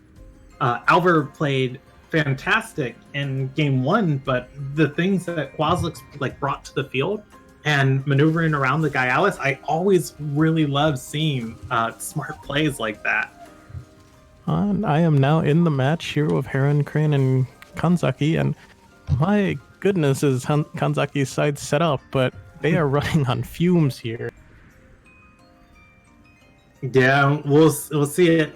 Hero Crane is a fellow Enigma player. Hero Crane normally runs an Extinction comp. I looked at some of his matches earlier from the group stages, and here a little bit of damage to the field, which is always interesting to see, like a player change their play style and be able to do well with. It speaks merits to the amount of decisions that, or rather the weight of the decisions these players are making and their capabilities to be able to make them. Ending soon, probably going to go into a game 3 actually, as Kanzaki might be able to swing it actually with all this speed on their side, but it comes down to how well they play around this grandpa, as unfortunate. Alright, looks like we'll be watching it on stream as well. All right. Yeah, just like you heard from Deg there, we were just informed we are going to pull up Hiran Crane versus Kanzaki on stream. Remember how we flipped a coin earlier and said which game do you guys want casted? Well, throw that out the window. We're casting them both. We got Temtem action here on Temporium. Stay tuned, and it is about to come up momentarily. And an interesting thing to note, both of these players are actually running a Volcrane. Unfortunately, the Volcrane is currently down. Both players are running a Volcrane. Both Volcranes are dead. Dan, if you could, as you're broadcasting this, when you find a moment, bring up the battle log so everybody can see which Tims are alive and dead as we are jumping in halfway through this. Tuvine is going to be put to sleep via hypnosis from Grandpa, but Hero Crane actually looks like he is running Wake Up on Kinu as Kinu wakes up the Tuvine. The Tuvine is able to Crystal Plume Gatling the Grandpa, and the Grandpa is out for Kanzaki. As this game is inching towards Hiran Crane's favor, he's on the last 2 Tims, and this guy out, or Kanzaki's on their last 2 Tims, and this guy Alice has next to no HP left. And fantastic prep there on Hiran Crane's side, despite, I believe that actually, might have overexerted the Kinu, but this Tuvine is now sort of free to just hit, but Gyalis outspeeds it. Gyalis outspeeds it with the Haido Uchi coming into it, but it's not enough to kill it. The Tuvine attacking back into the Gyalis, but the Crystal Plume Gatling not enough to kill the Gyalis either. And this Gyalis is just obnoxiously tanky. Kanzaki might still be able to pull it out. As, let me see, I believe their Kinu outspeed, so Kinu could eliminate Tuvine, and Gyalis can just sort of opt in to hit either slot here for massive damage. It would eliminate Kinu, or it might even drop the Ukama if it's a Crystal Bite. Not really anything it needs to outspeed right now. And yeah, they should Kanzaki's another Revitalize. Kinu has +2 speed, and that Beta Burst is going to attack into the Tuvine. The Tuvine dying from the Beta Burst. And Gyalis with these sharp stabs on the Kinu, and we jumped in just in time to see Kanzaki take the lead in this game, as it comes down to this Ukama for Huron Crane. And this Ukama is pretty bulky, but Kanzaki does outspeed, so they could just revitalize here and go for the finish here with their Gyalis. As look at how set up this Gyalis is. It has +2 attack, +2 special defense, +2 defense, and +1 speed. So Kanzaki, despite looking like they're on fumes, completely outclasses this Ukama right now. So Ukama can't even finish it with like an Aquatic Whirlwind. And as we come down to potentially the final turn here, Huron Crane has to think heavy about this last move of if the Aquatic Whirlwind, like you said, is even worth it. But I think that's the play with a prayer. Yeah, and we may be seeing our finalists here with Kanzaki moving on, as I believe they're up 1, and they could secure it against Huron Crane, which unfortunately would mean that Enigma is out. Hypnosis from Kinu onto the Ukama.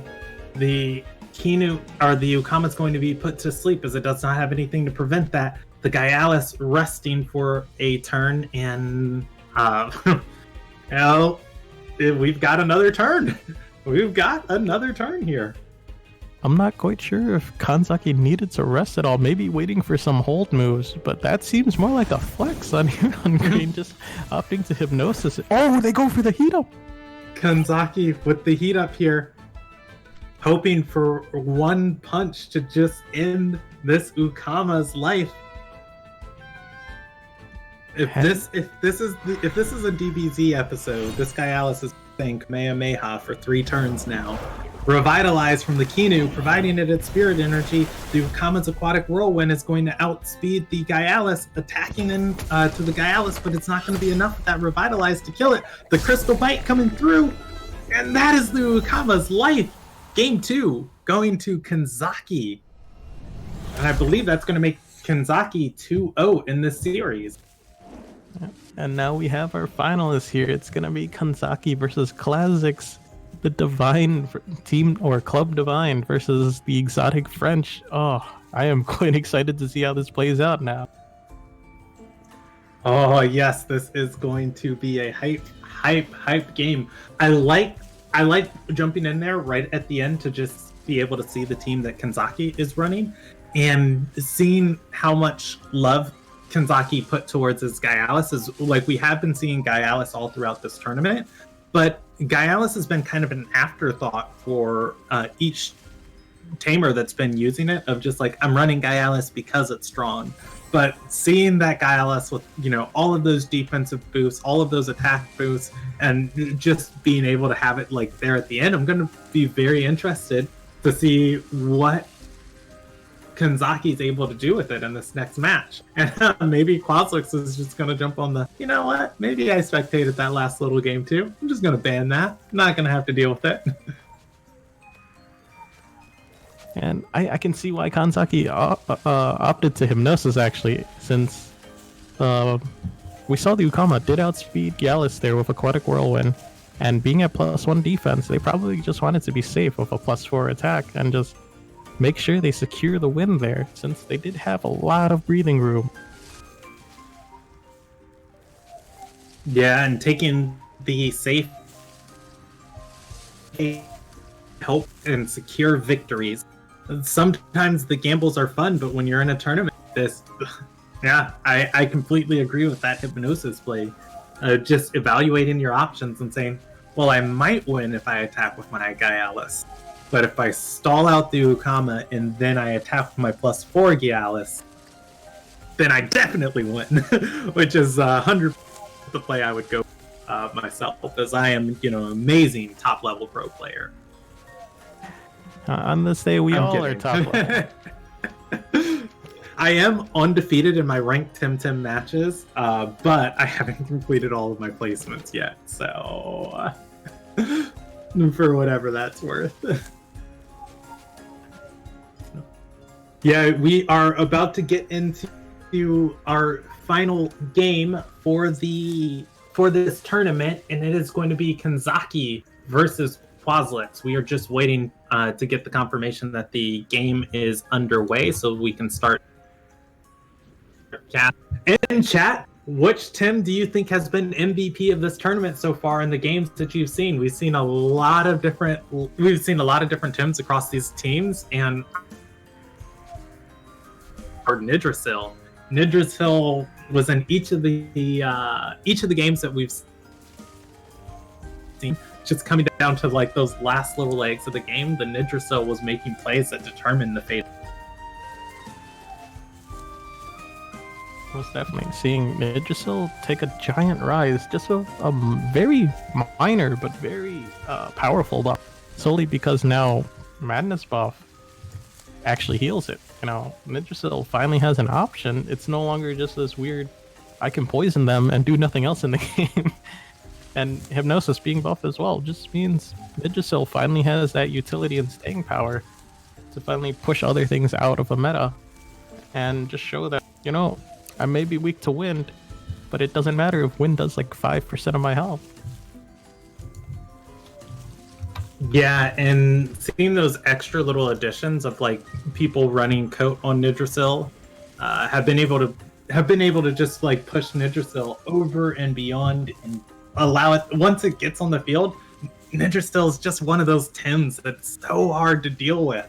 We saw a +5/+5 Nidrasil tank how many hits from the Nukama and a equally buffed Nidrasil? It was crazy. And I believe, like, with that 4x resist, that Aquatic Whirlwind probably did like 7 damage. It did as much as a wake up at that point when it was that buffed. Yeah. Oh, and in Huron's Crane's game, when we tuned in, we saw that the Kinu was running Wake Up to kind of beat Hypnosis, as Hypnosis has got a big buff in the recent patch. Being able to move at regular speed means that you can pause so many offensive Tims. And the adjustments to handle that, I think like Kinu has also been a superstar of this tournament so far too. If not an MVP like Nidrasil, definitely an honorable mention, or clutching out that second place easy peasy. Yeah, most definitely. We've seen Kinu like a staple in almost every meta. And now we see, before, the builds were sort of just really stale. They didn't really have much going besides like speed, maybe special defense. And now we see, because of the rise of tankier metas and the less use of sacrifice and the rise of turbo choreography, Kinu can now opt for quite a flexible, and that are just opting for max HP and defense now, just because, well, Crystal Plume Gatling is the only physical crystal attack, maybe Crystal Bite with heat, that can possibly finish me, but with max, you survive it guaranteed. Same with Toxic. I think Kinu's been living at exactly 50% health every time from one Toxic Ink and a tick. And Fire means nothing now. Yeah, Fire Tims have taken a dip as far as like seeing them ran. Before, there was a moment when I remember seeing teams that would be running 2 and sometimes even 3 Fire Tims just to always make sure one got through pick and ban to be picked on a team. And you're right, this tournament we've seen each person probably bring about 1 Fire Tim just as a potential answer. And less often than not, it's been getting banned. All right, we are going into our final game. We're about to begin spectating, and it is going to be Quaslix versus Kanzaki for the title of Temporium Weekly number 9 champion. We're in picks and ban phase, and the bans that have gone out, Kanzaki has banned Gyalis on Quaslix's side, and Quaslix has banned Volarin on Kanzaki's. And here we have Quaslix again saying, pick that Gyalis Kinu, I don't care, just bring it on. And there's the Madrid finally getting through. Madrid Ukama picked up for Quaslix, and Kanzaki picking up Gyalis Kinu. And going into second ban, Quaslix decides to ban Pigapet, not letting that Bamboozle come through at all, as Kanzaki hovers and decides on what their second ban is going to be, banning that Rise, limiting Quaslix's ability for speed control this game, as it's so important for Kanzaki's Hypnosis plays with this Grandpa. And we see on Kanzaki's side, they don't really mind anything being banned. Just looking through the roster, they have 4 Turbo Choreography users on this team, as Mashuk has Turbo Choreography and I believe Cage. So it definitely brings a lot of utility here, and we see the Volaran being picked up for Quaslix and Volcrane Mashuk coming out for Kanzaki. Volcrane Mashuk for Kanzaki. Quaslix is hovering their last pick as they are deciding on if they want to bring this Nidrasil, deciding to pick Nidrasil. Nidrasil, the MVP of this tournament, showing up at least once in every game so far. All right, getting into the first game of the finals. We have Quaslix versus Kanzaki. What are we looking to see here, Dag? Well, I see the buffed up Gyalis, but I really doubt Kanzaki wants to keep this Gyalis in for a heat up, as Madrid, despite being built mostly special now because of Dust Vortex, does still have access to Stone Ball on that first turn. And I assure you, taking a Stone Ball and a Water Cannon on your first turn as Gyalis, despite Protector buff, is not the best move in the game. Yeah, both this Ukama and this Madrid are going to be able to deal out heavy amounts of damage in turn 1 on this Gyalis. Going to have to see what Kanzaki does or decides to do here in terms of trying to find answers, and if he even wants to let his Gyalis take that much pressure. Kinu swapping out for Kanzaki. Mashuk swapping in for Kanzaki. Ukama on Quaslix's side using a Water Cannon, and Madrid using a Mud Shower onto the Gyalis. And turn 1, leaving that Gyalis at 41% HP. The Gyalis going for a heat up.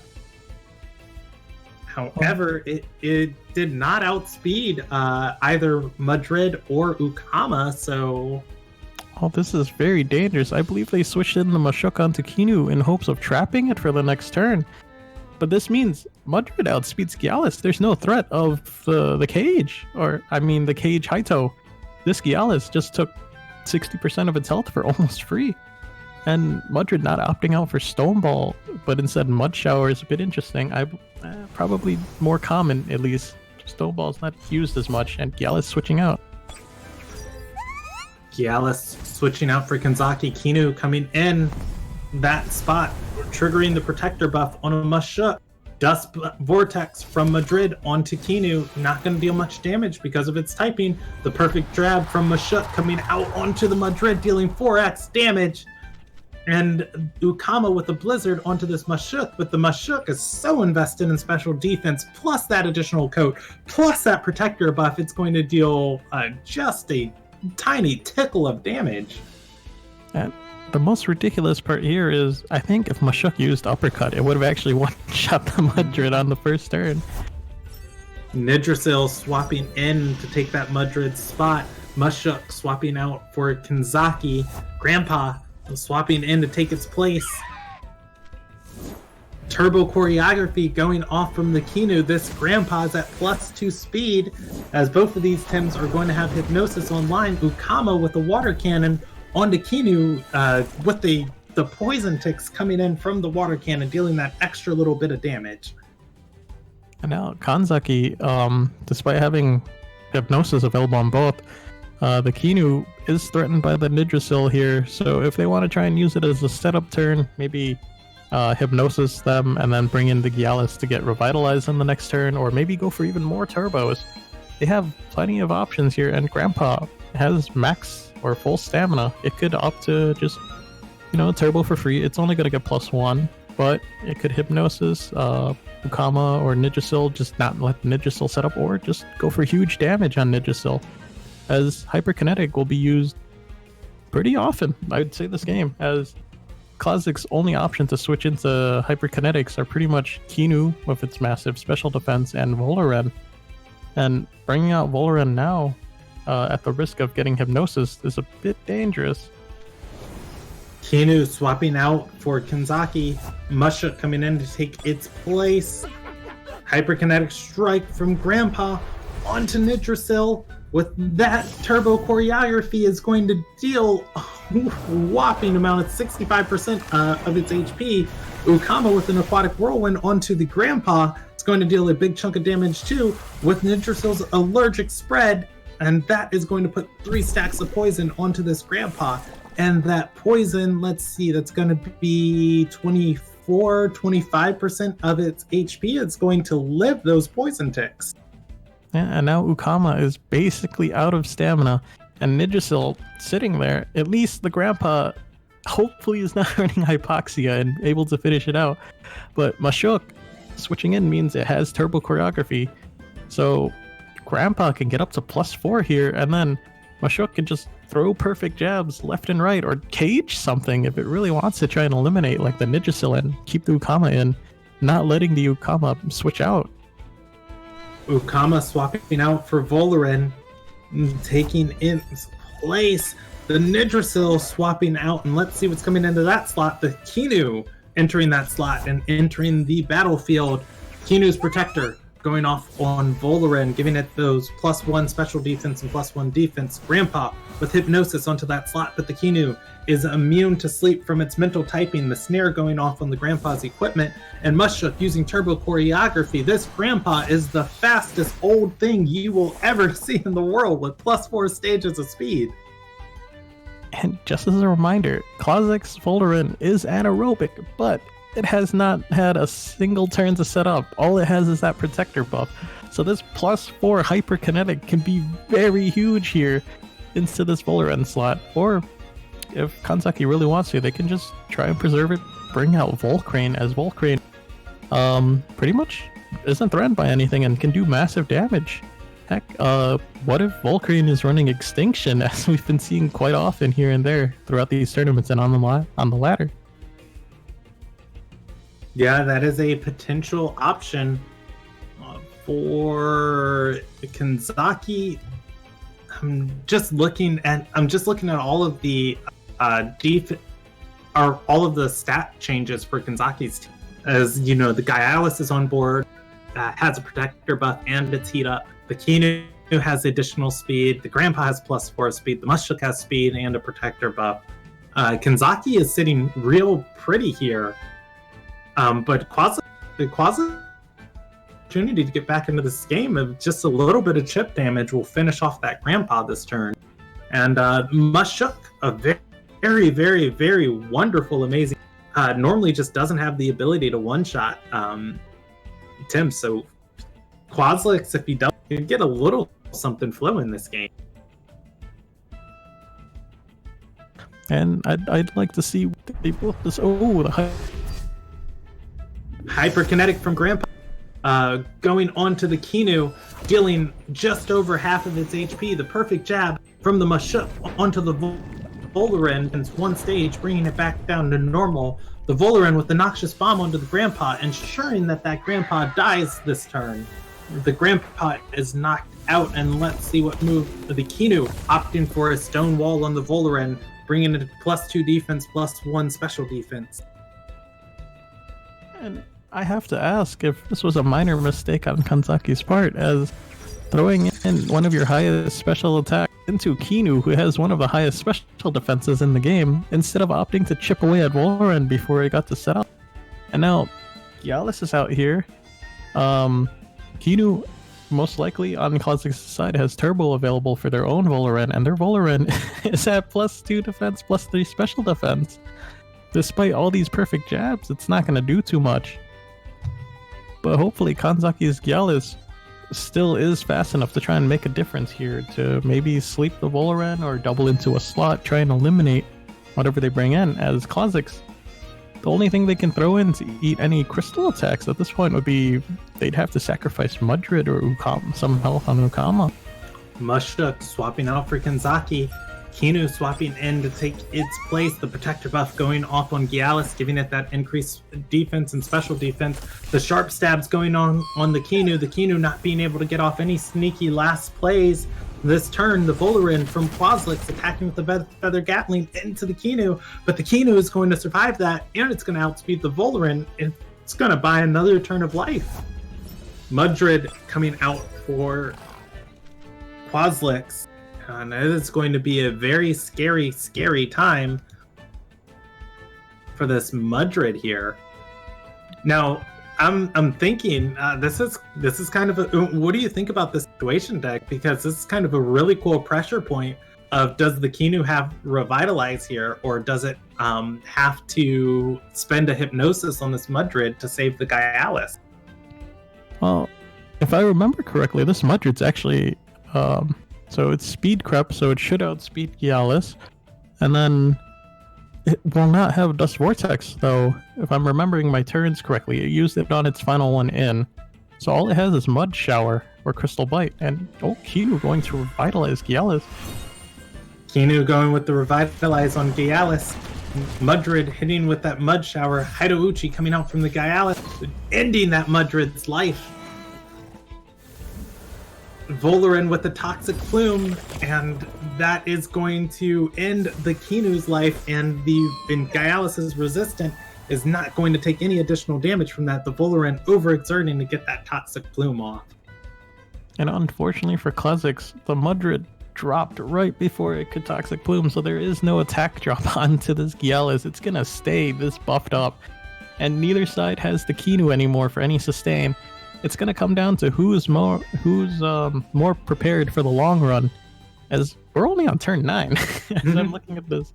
And I believe Kanzaki has almost everything set up and has a huge advantage, but we've seen Kha'Zix pull it back from worse. Nidrasil coming in on Quaslix's side of the field, Mushuk coming in on Kanzaki's side of the field. This Gyalis has a huge attack boost from that one heat up that it was able to get. Staring down this Voloran and this Nidrasil, this Gyalis could have a potential run of this field, but the Mushuk just throwing down perfect jabs in the background.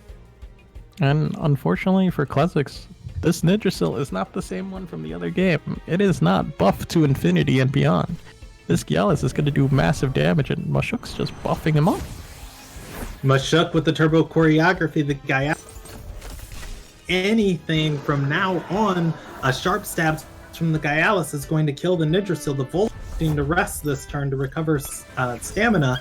Ukama coming in on Quaslix's side of the field. Quaslix is on his last 2 Tims and has to find an answer to this turbo choreography Gyalis and this Mushuk that's basically been untouched. And thankfully for Kha'Zix, they actually should be fine here. I believe if this is a bulky Ukama, they will survive a +2 Crystal Bite from Gyalis. And thanks to Voloran, Ukama's going to have a boosted Water Cannon, so it will have some extra Toxic ticks. They could just Feather Gatling and Water Cannon here to remove Gyalis.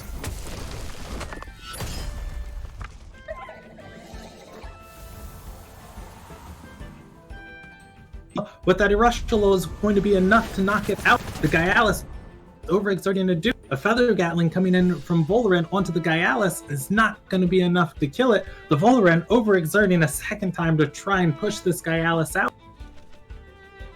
And of course, I did not account for Mushuk being +3 speed.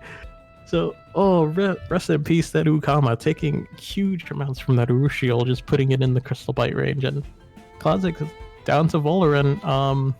Hyperkinetic or Feather Gatling might be enough to finish Gyalis at least. Perfect jab from the Mushuk onto the Volaran, tenderizing it for this Gyalis to get in and deal some great damage to it. But the Volaran is finally going to be able to finish off this Gyalis with a Feather Gatling, knocking it out. The Volaran again overexerting. Volcrane coming out as the final Tim for Kanzaki, as this Volcrane has yet to be touched this entire match. And Kanzaki now saying, this isn't even my final form. it's time for the two bullies on the field to just punch the bird. And you can consider the punched as game one goes to Kanzaki. Now we have to question, will Klozix finally stop giving his opponents Kinu Gyalis start on every match? Because right now it seems like Kanzaki is completely prepared for getting it every single time. And if they're not going to remove at least Kinu... just like playing the game on hard mode. I'm kidding. I mean, it's very believable. Like, I don't like banning things if I want to try and learn to play against them, but in a tournament setting, you have to ask, is this the time to practice? I mean, sure, it's game one. You get to, like, scout them out since it's a best of 3. But you have to question, is it really fun playing against these strategies you know take a lot of effort to get rid of? Would you rather just eliminate Gyalis from being buffed, or would you rather eliminate Kinu and just play around maybe pig buffing them? Yeah, Quaslix really is like that samurai carrying around 2 swords, hired as an assassin, walks up to the person he's got to kill and here, pick up Gyalis. Fight me with honor. It's just like, well, this is... Go ahead. We've seen Gyalis evolve quite a bit with every meta. I'm curious what it will look like again if another meta changes. But we know there's possibly a minor rework coming in, but from what I understand, I don't think they're actually going to be nerfing Gyalis. I think they're just going to make it a little less egg move dependent, as I don't know if you've looked at its moveset, but it basically only has crystal attacks and nothing else. If you don't putting anything on it, it doesn't even have heat up without egg moves. Now, I think Gyalis is a very, very, very, very... Don't get me wrong on that, but I don't think the game is as easy as pick Gyalis and win, because Gyalis did a lot for that game, but Gyalis really, really needs speed control in order to be, like, in order to do anything, you know, in these matches. And every time I think we've seen a Gyalis victory in these games, it's been because the other player has been doing really, really well with speed control. All right, and then I believe they're in the pick and bans here. Let's see. Kanzaki banning Rising Gyalis, Klozix banning Pig and Volaran, opting to give Kanzaki the Gyalis Kinu again. Not choosing to remove either half of this strategy. And this is looking to be a salty run back. All right. Quaslix with the salty run back. I am for it. You guys know how much I love grudge matches. Starting with the Madrid Ukama for Quaslix and the Kinu Gyalis for Kanzaki. Run it back. We are getting into game 2 of the finals of Temporium Weekly number 9. It is all on the line here for Quaslix. If they do not pull out a victory here, this is going to be the end of their attempt for this championship, or for the championship title of this tournament. Dag, what are we looking for here in game 2 of this turn 1? I am hoping that Klozix has a different strategy for this opener for once. But we see Kanzaki just doing the same thing, except not bringing Mashuk. And they're actually taking out Gyalis instead of taking Chip. Mashuk coming in alongside Grandpa. Water cannon from Ukama onto the Mashuk. Not going to deal a huge amount of damage. Madrid with Mud Shower onto the Mashuk too. The Mashuk tanking both of those pretty well, landing at 66% of its remaining HP. Kanzaki has set up a position to turbo choreography on turn 2 if he wants it. And you see, this is actually the turn I expected from Kanzaki last match. Just throw in the Mashuk, eat everything, and then try and set up. So now we see they could go for a +3 speed here, just between both turbo choreographies, or Mashuk, just uppercut the Madrid, call their bluff, call them staying in, and try and get like a crystal hit.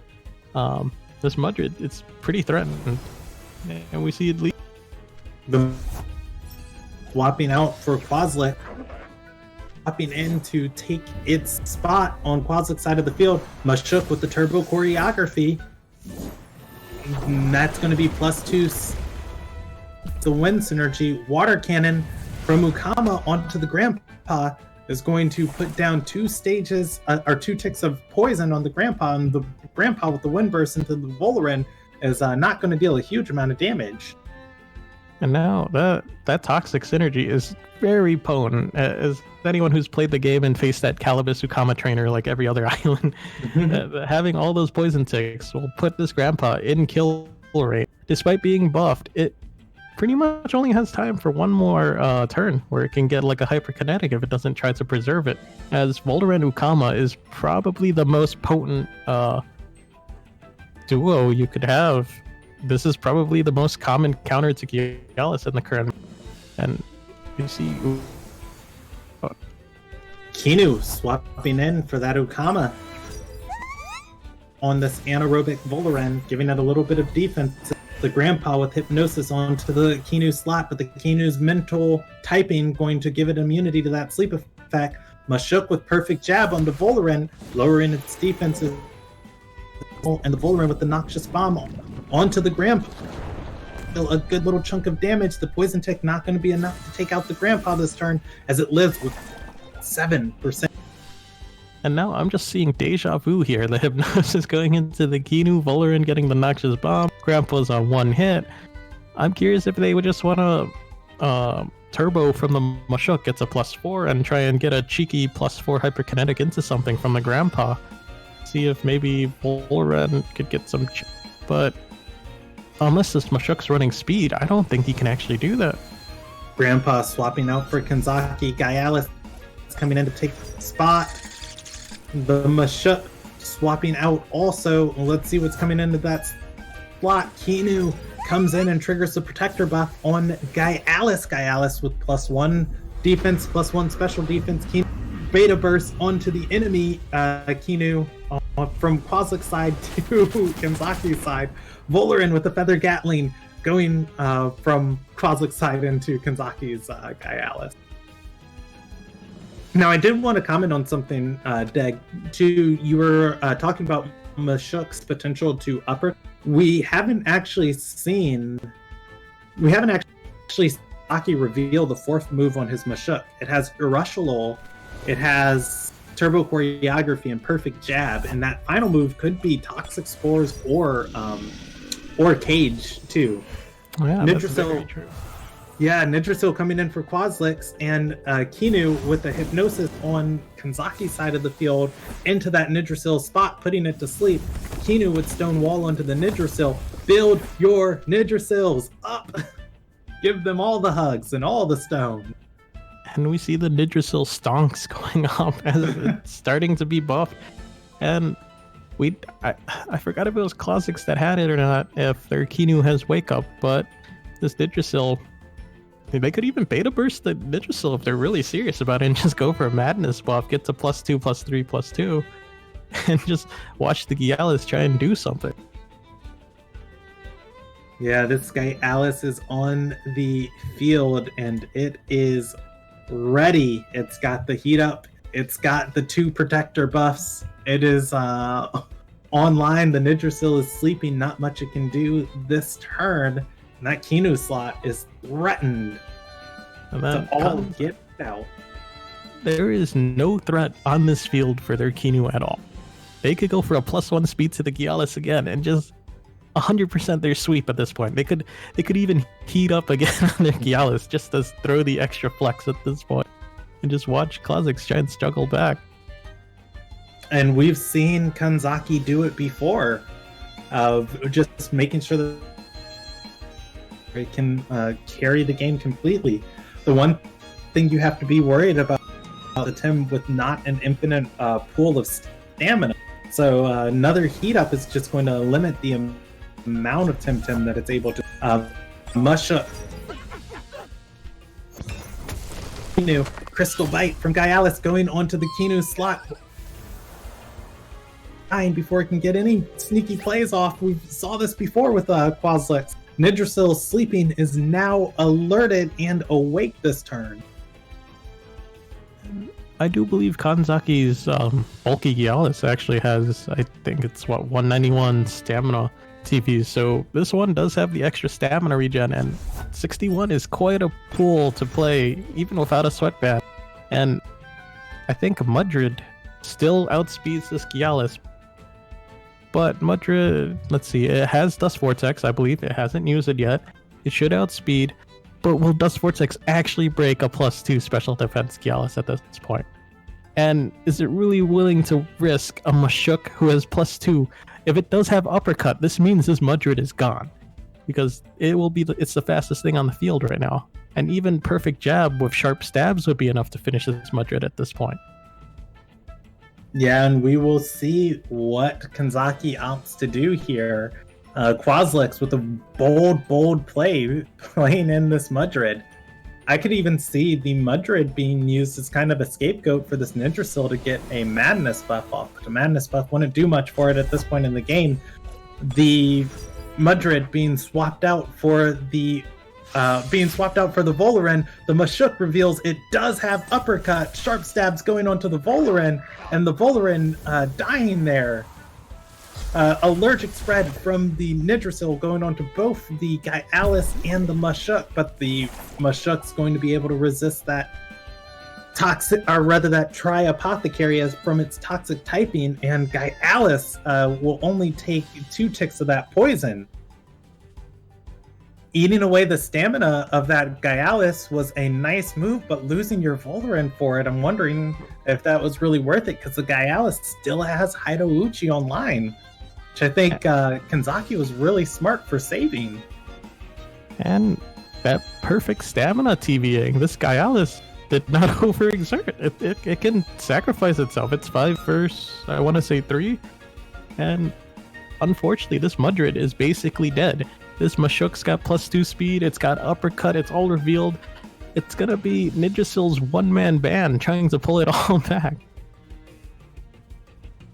Hey, MVP Nidrasil might not be able to pull it back, but it has been a cornerstone trying to help Tamers all tournament long. Yeah. Quaslix throwing in Ukama. And Ukama can still Aquatic Whirlwind here, I believe. It should outspeed the Gialis, as Sharp Stabs was just used, and there are no turbos in play this time on Gialis.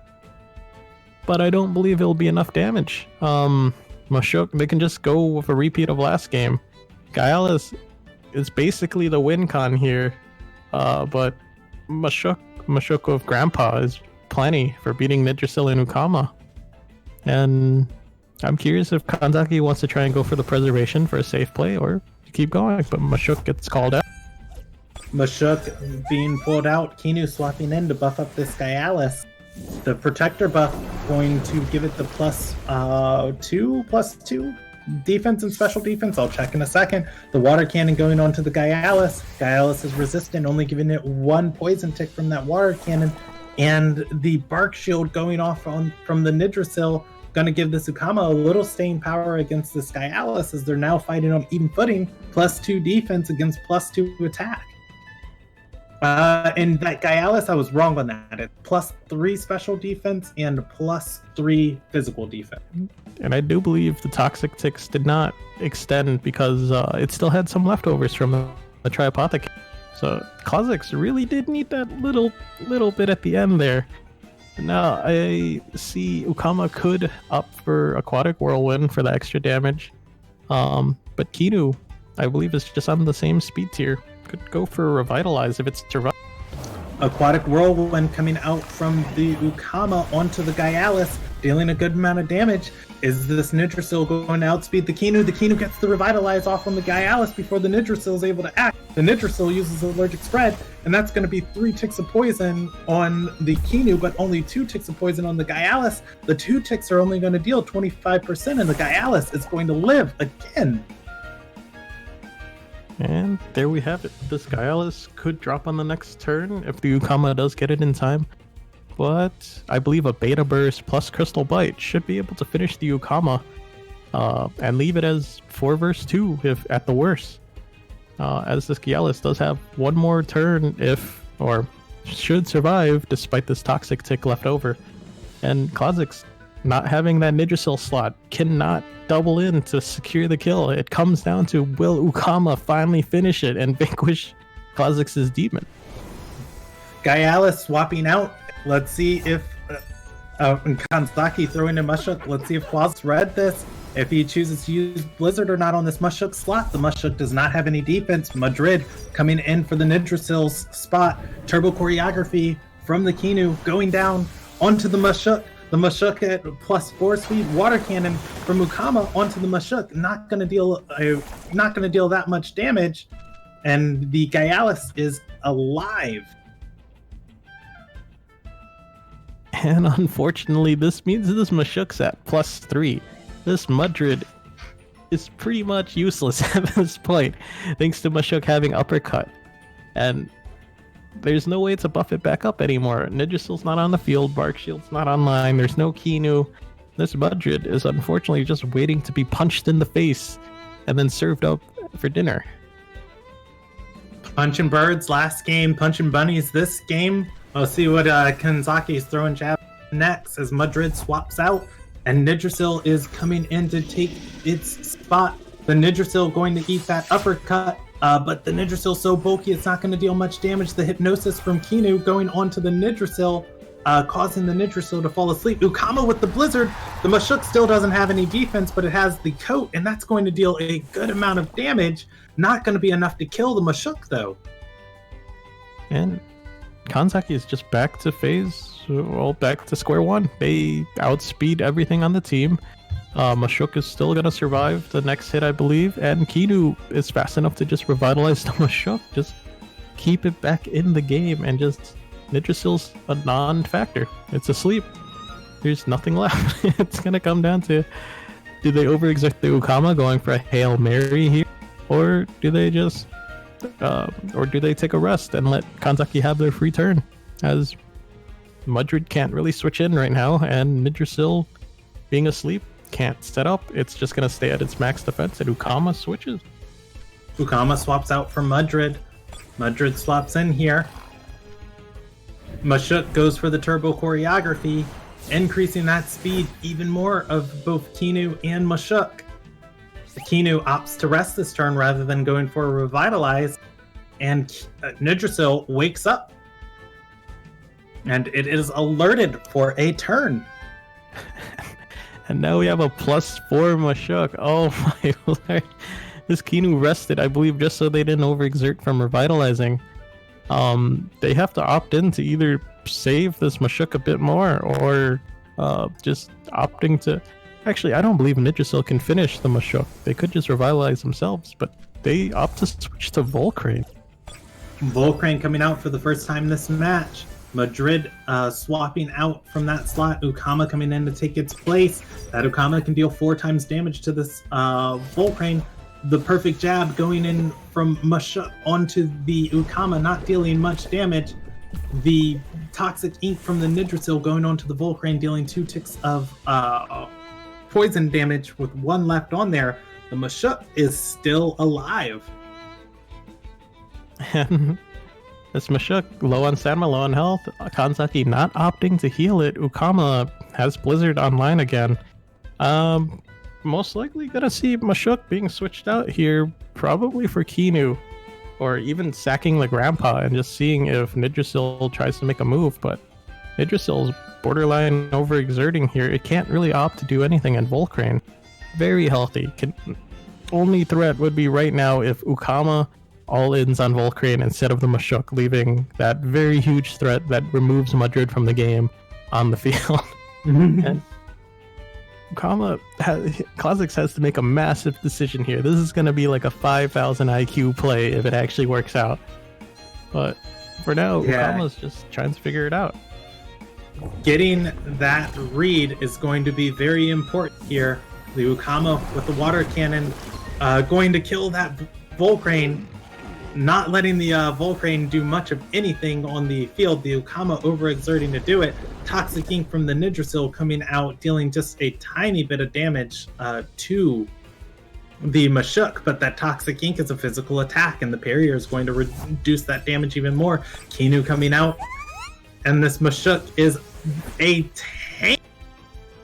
And Revitalize is still on deck for this Kinu, which I would imagine would be one of Quaslick's worst nightmares here with two overexerted Tims as he's struggling to find an answer to this Mashuk. And Mashuk did not overexert. They could take the... Oh, we see Mashuk being switched out. Gialis being swapped out. Madrid coming in to take its place. The Madrid still outspeeds this Gialis, I believe. The Revitalize going down on the Gialis from the Kinu. And let's me take a look. The Gialis is at +2 attack, +3 special defense, +3 defense. We've already seen in a pure speed contest, the Madrid outspeeds the Gialis here. And this might be the little breath of wind that Quaslix needs to get back into this game here.